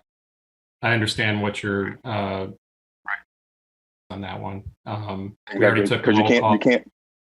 And the roll call was 1313, which is a do not pass, and that is not a hold motion, Mr. Chairman. I understand that. And I didn't make a motion to hold it. I know it does. I know it's do not pass. Okay, thank you. So what I should say is it's not passing, it's holding in the committee, it's not going anywhere. Well, that's you holding it, Mr. Chairman. Well, it's do not pass is what I'm saying is that they've presented the case. The case is going to go forward with a do not pass, and so they're not moving forward with the settlement. Okay, so this will be reported out as a do not pass. Yes. Okay. So they're not going to settle it, and if jury will try to get an update when it goes to the jury. Okay. Thank you, Mr. Chairman. Thank you. Now I'm in the middle of a roll call, so let me continue with the roll call. Thank you. Alderman Mitchell. Alderwoman Harris. Alderman Beal was. Aye for Alderman Harris. Alderman Beal. Thank you. I got it. Now I'm back at you. Okay. Thank you. Alderwoman Sadowski Garza. Aye. Alderman Thompson. Aye. Alderman Cardenas. Chairman, this is, I'm sorry, on the call. This is on number 5. No, this is item 1C for 43 years for Bailey and Bachelor. Got it. Total of $14 million for That's fine. limiting city exposure.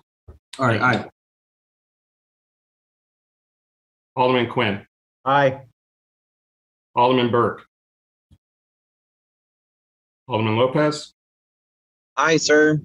Thank you. Alderman Moore. Alderman Moore votes aye. Alderman Curtis. Aye. Alderman O'Shea. Aye. Alderman Brookins. Alderwoman Tavares. Yes. Alderman Scott. Aye. Alderman Burnett. Aye. And Alderman Irvin. Aye. Alderman Taliaferro.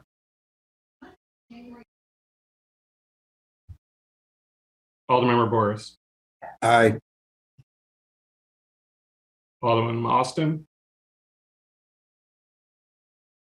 Alderman Villegas. Alderwoman Mitz. Aye. Alderman Sposato. Nick Sposato is a yes. Alderman Napolitano. Aye. Alderman Riley. Aye. Alderman Smith. Aye. Alderman Tunney. Aye. Alderman Osterman. Aye. Alderwoman Silverstein. Vice Chair Hairston. Aye. And Chairman Wagasback is an aye.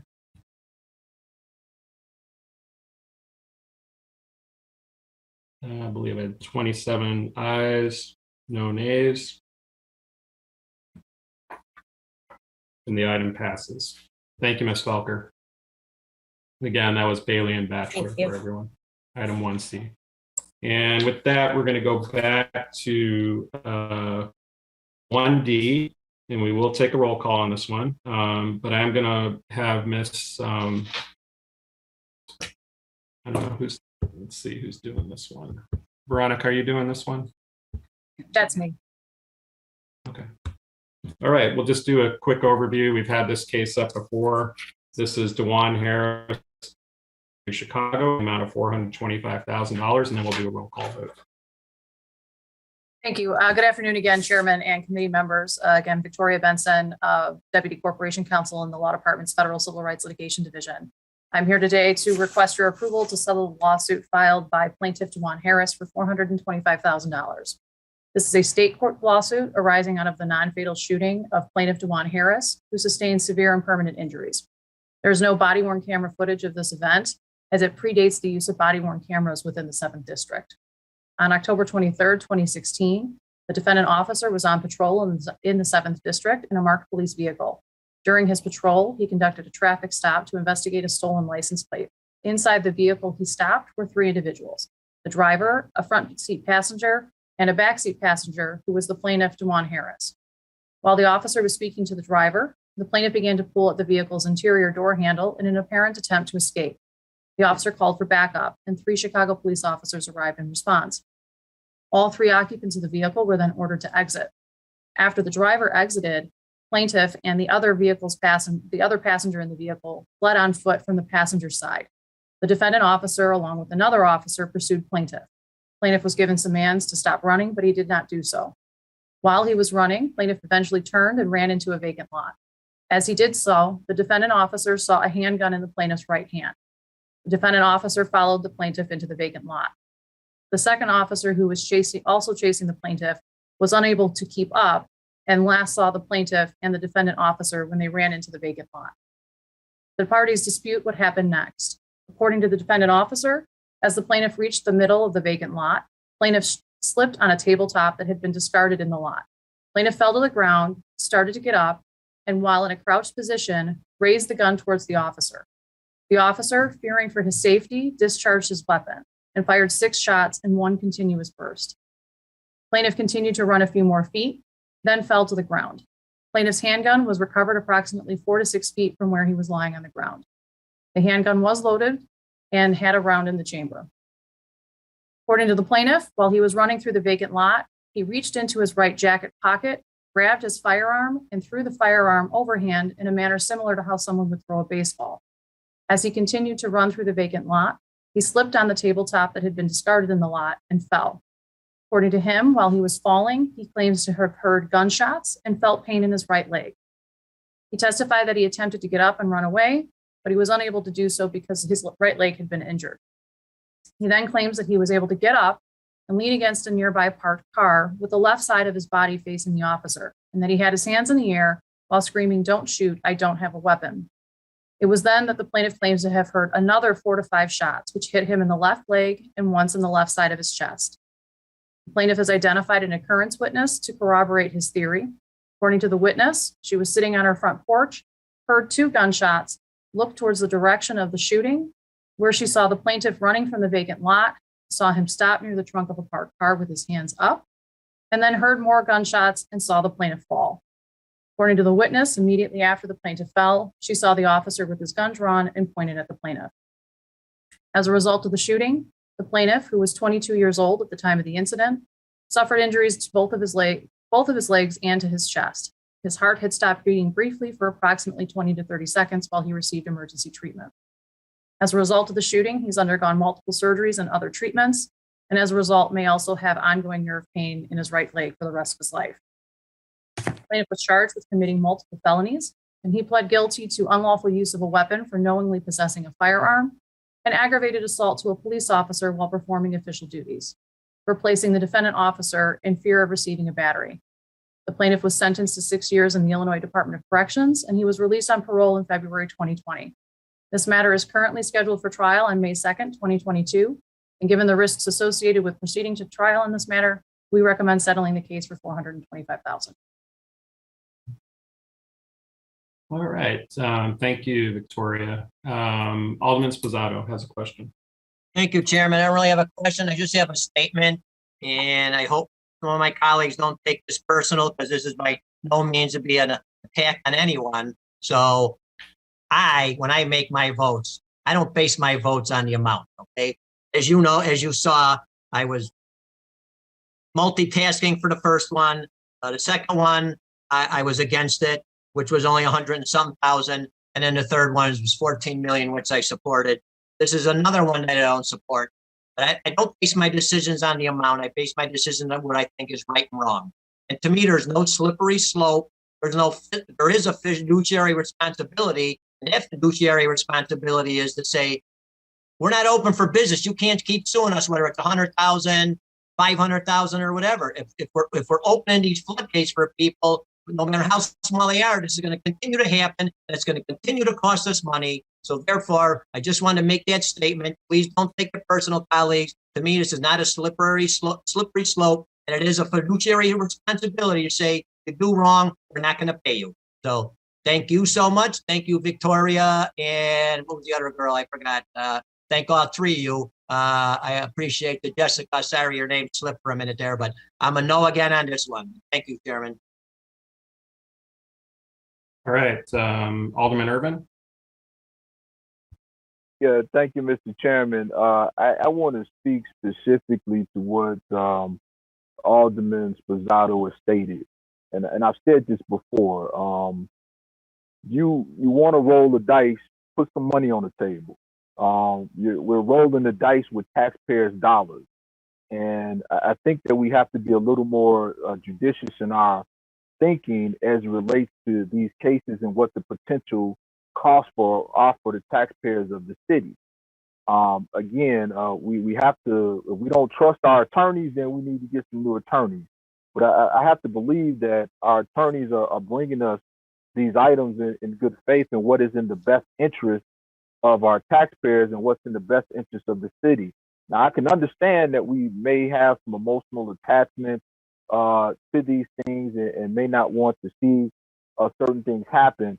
Unfortunately, we are a municipality. We're a larger municipality, and quite frankly, it's the cost of doing business. When you have a police department, you potentially may have these types of issues that come about. And to make that type of a statement that we want to do this regardless of the outcome, again, maybe have a detrimental impact to the taxpayers. And again, You know, it's easy to gamble with somebody else's money. But I think we got to think about this in a fairly, a little better manner, because it's not, you know, we all have to pay for this. It's the taxpayers' money. But again, if you want to stand by some of these decisions, I would suggest you to put some money on the table to support if the thing goes south. That's all that I'm saying. But I think we got to, you know, maybe we need to have some briefings on the process about 1983 claims. I have one question I'll ask. What are the attorney's fees thus far in this case on the other side? So this is a state court case, so there's no issue of paying attorney's fees. But in many cases, we're stuck with, if anything goes, if they get $1 award, you know, we may be on the hook for $500,000, $600,000, $700,000, $800,000, $900,000 worth of attorney fees. But I think we just need to get some understanding. I'm not saying that you don't understand, but I do think that we have to, you know, be a little more prudent in our deliberations on these issues, because the long-term impact or the downside to these things can be very great if we don't settle these things in the manner in which our attorneys are proposing to them. So I just want to put that on the table and on the record for all of us, and that maybe through the chairman that we can have a briefing on how this process works, so that there is some better understanding, but we're not necessarily just shooting in the dark on this stuff. So thank you, Mr. Chairman. Thank you. And we do have these discussions in all of our briefings regarding fiduciary duty and concepts of what the law is on some of these, but I'd be happy to hold another briefing specifically on these types of claims, especially as we come out of the consent decree. Alderman Cardenas. Thank you. Thanks, Veronica.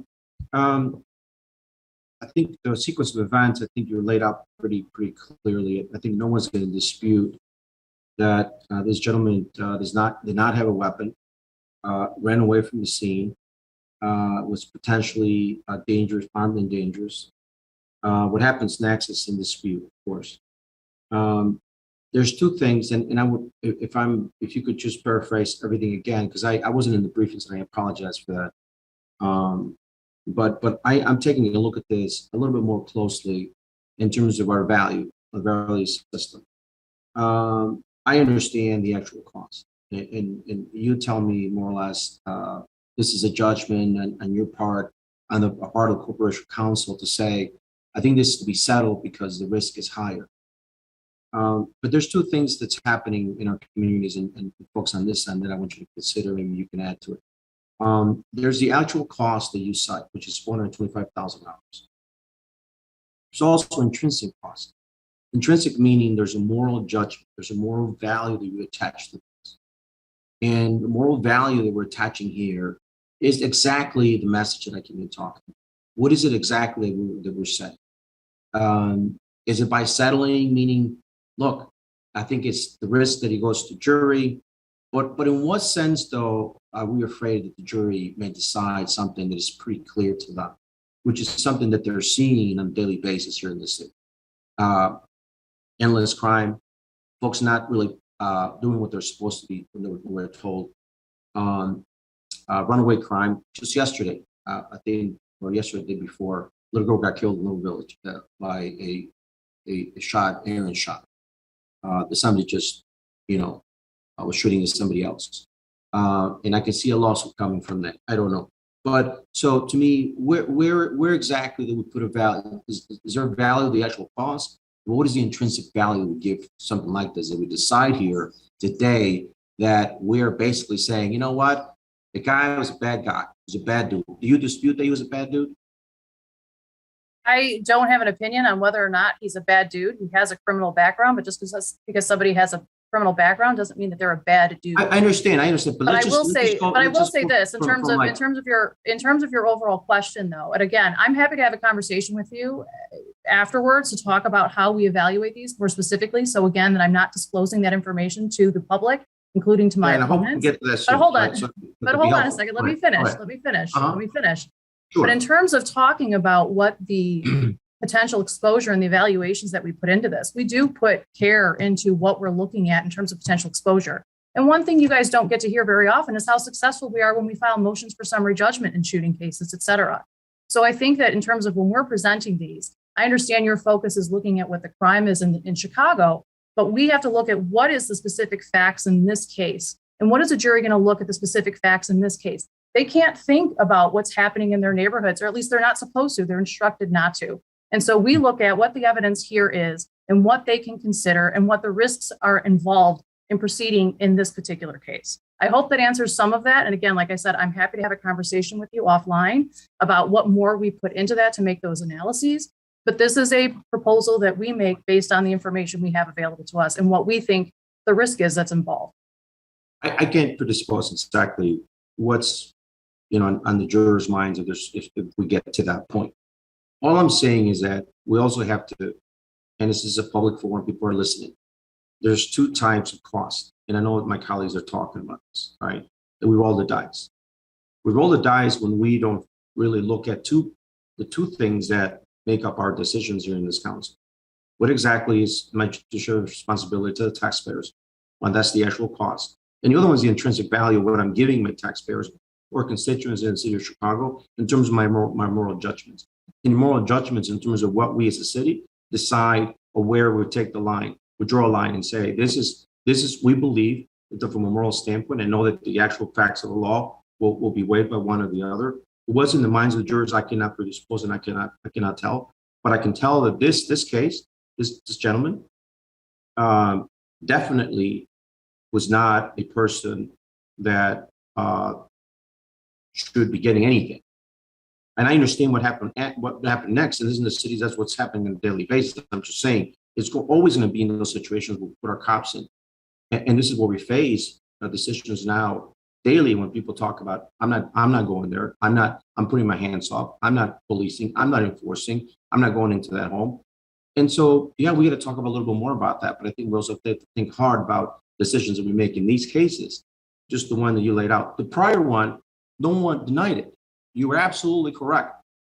Should not happen, which we also acknowledge the moral judgment that we should be paying. We should be paying. The city should pay for that. Absolutely. In this case, I think is the other way around. But I'm open. I'm open-minded. I want to hear more. Thank you.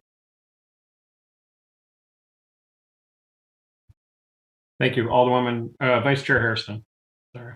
Thank you, Mr. Chair. And I'd like to thank you and Attorney Benson for holding the briefings. I find the briefings very valuable. It allows me to ask questions that sometimes cannot be asked on the record because we are currently still in litigation. But I've got a question for Ms. Benson because there seems to be a misunderstanding about the process. So if we reject as a committee the offer of settlement, the case does not go away, does it?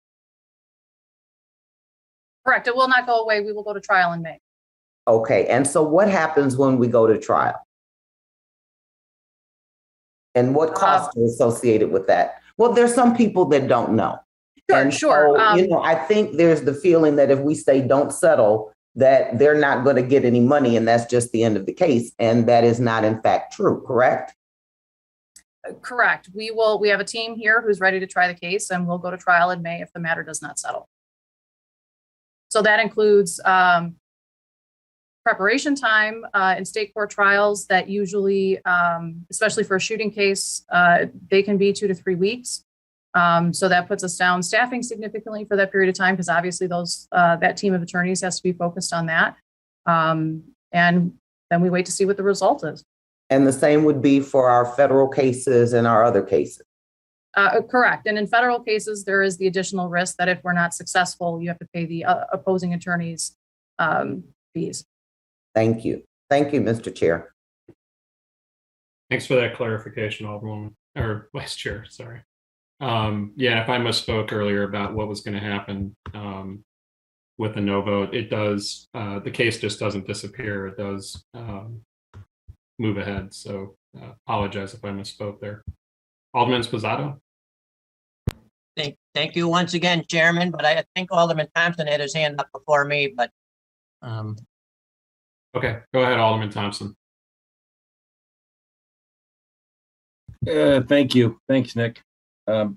So I hear what my colleagues are saying, and I just want to be on record is, I do attend the briefings. I do weigh the evidence and the facts and the recommendations. And each case is different. So yes, I know that this is a state court case. So therefore I know that there aren't additional attorney's fees. We look at the facts and sometimes we can agree to disagree. But just because we're not voting to settle doesn't necessarily mean we don't understand it or we're some rogue gamblers. We're making our own decisions based on, in my case, attending the briefing and listening to the facts. So just on record, that's why I'm voting no on this, but it's not because I'm risking and I'm doing something rogue. I did take into consideration the original ask. I took into consideration the facts and where we are, and sometimes we have to try a case. And perhaps, Chair, we can note cases that are, I don't know how many cases are voted no to settle, but we can make a note of that and see where that ends up in trial and come back and revisit. And perhaps we need to look at our own rules. Maybe we ought to go into executive session and have these decisions or these conversations in private, because some of the stuff, is our attorney, Ms. Benson, has mentioned, she can't really discuss a lot of the details of this. That's why we have the briefings, which I appreciate. Thanks, Chair. Thank you. Alderman Riley. If there aren't any other questions, Chairman, I was just going to move that we proceed with a roll call. Yes. I still had my hand up, Chair. Took it. Alderman Sposato. Thank you.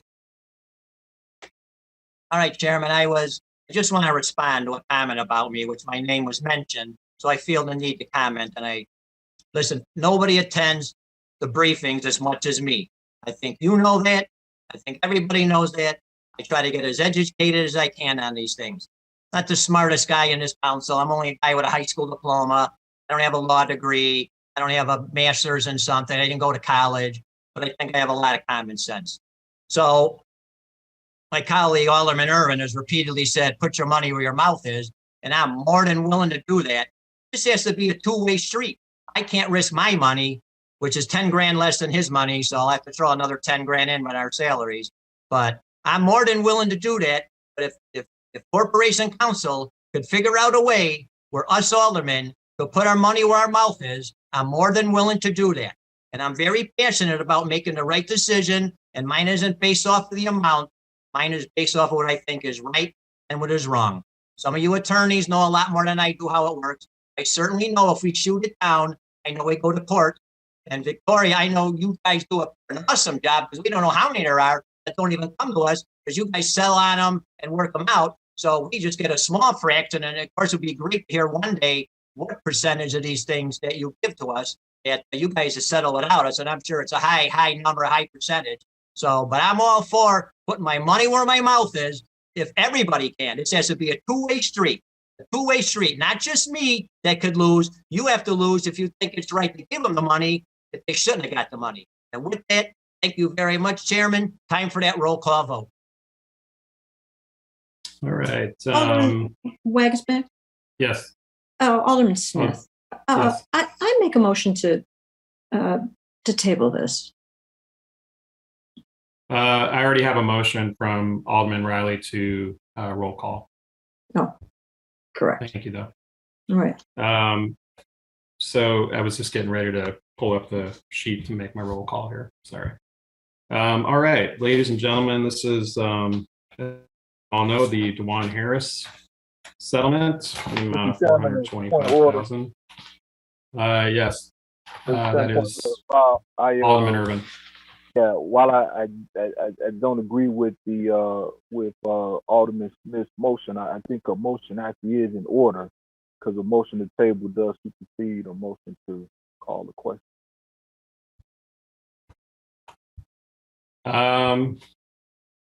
Actually, with in preparation for the roll call, I was already moving on that, Alderman. So I'm going to go ahead with the roll call. So you're saying you were in a roll call at that point? Well, Yeah, That's the point.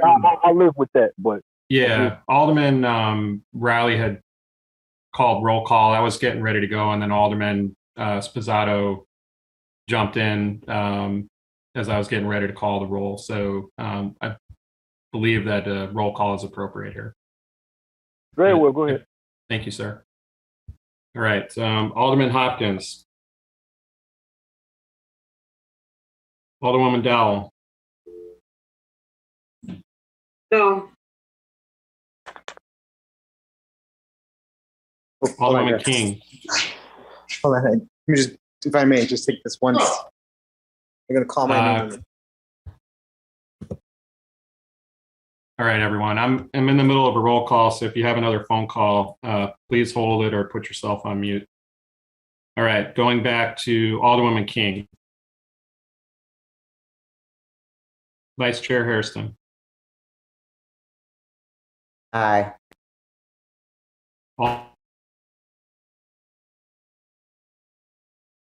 You froze, Alderman- Chairman.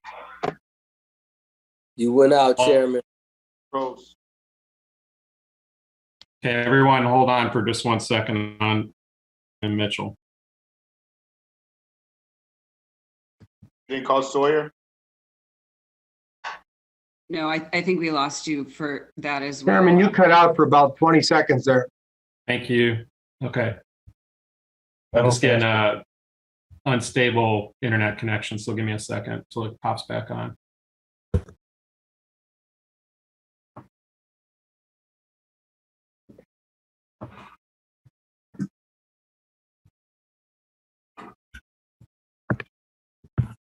All right, let's try that again. Can you guys hear me? Yes. Okay, my apologies.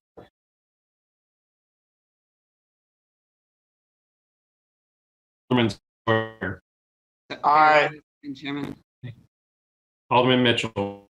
Aye. Alderman Harris. Aye. Alderman Beal. No. Alderwoman Sadlowski Garza. Aye. Alderman Thompson. No. Alderman Cardenas. I'm a no. Alderman Quinn. No. Alderman Burke.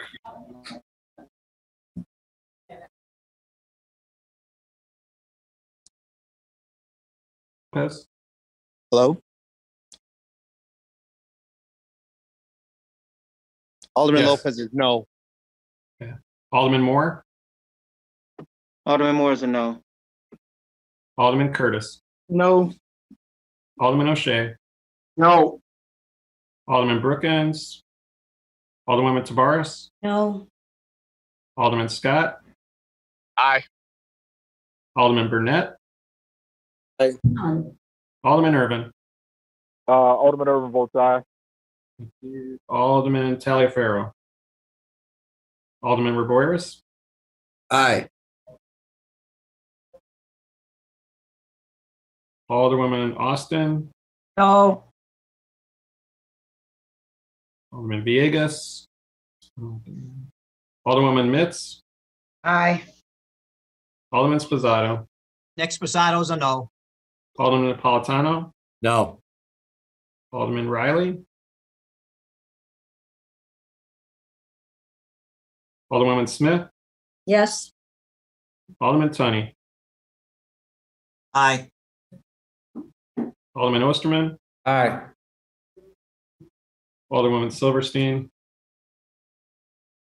Chairman Wagasback is an aye. Alderman Riley's an aye. Alderman Riley. Aye.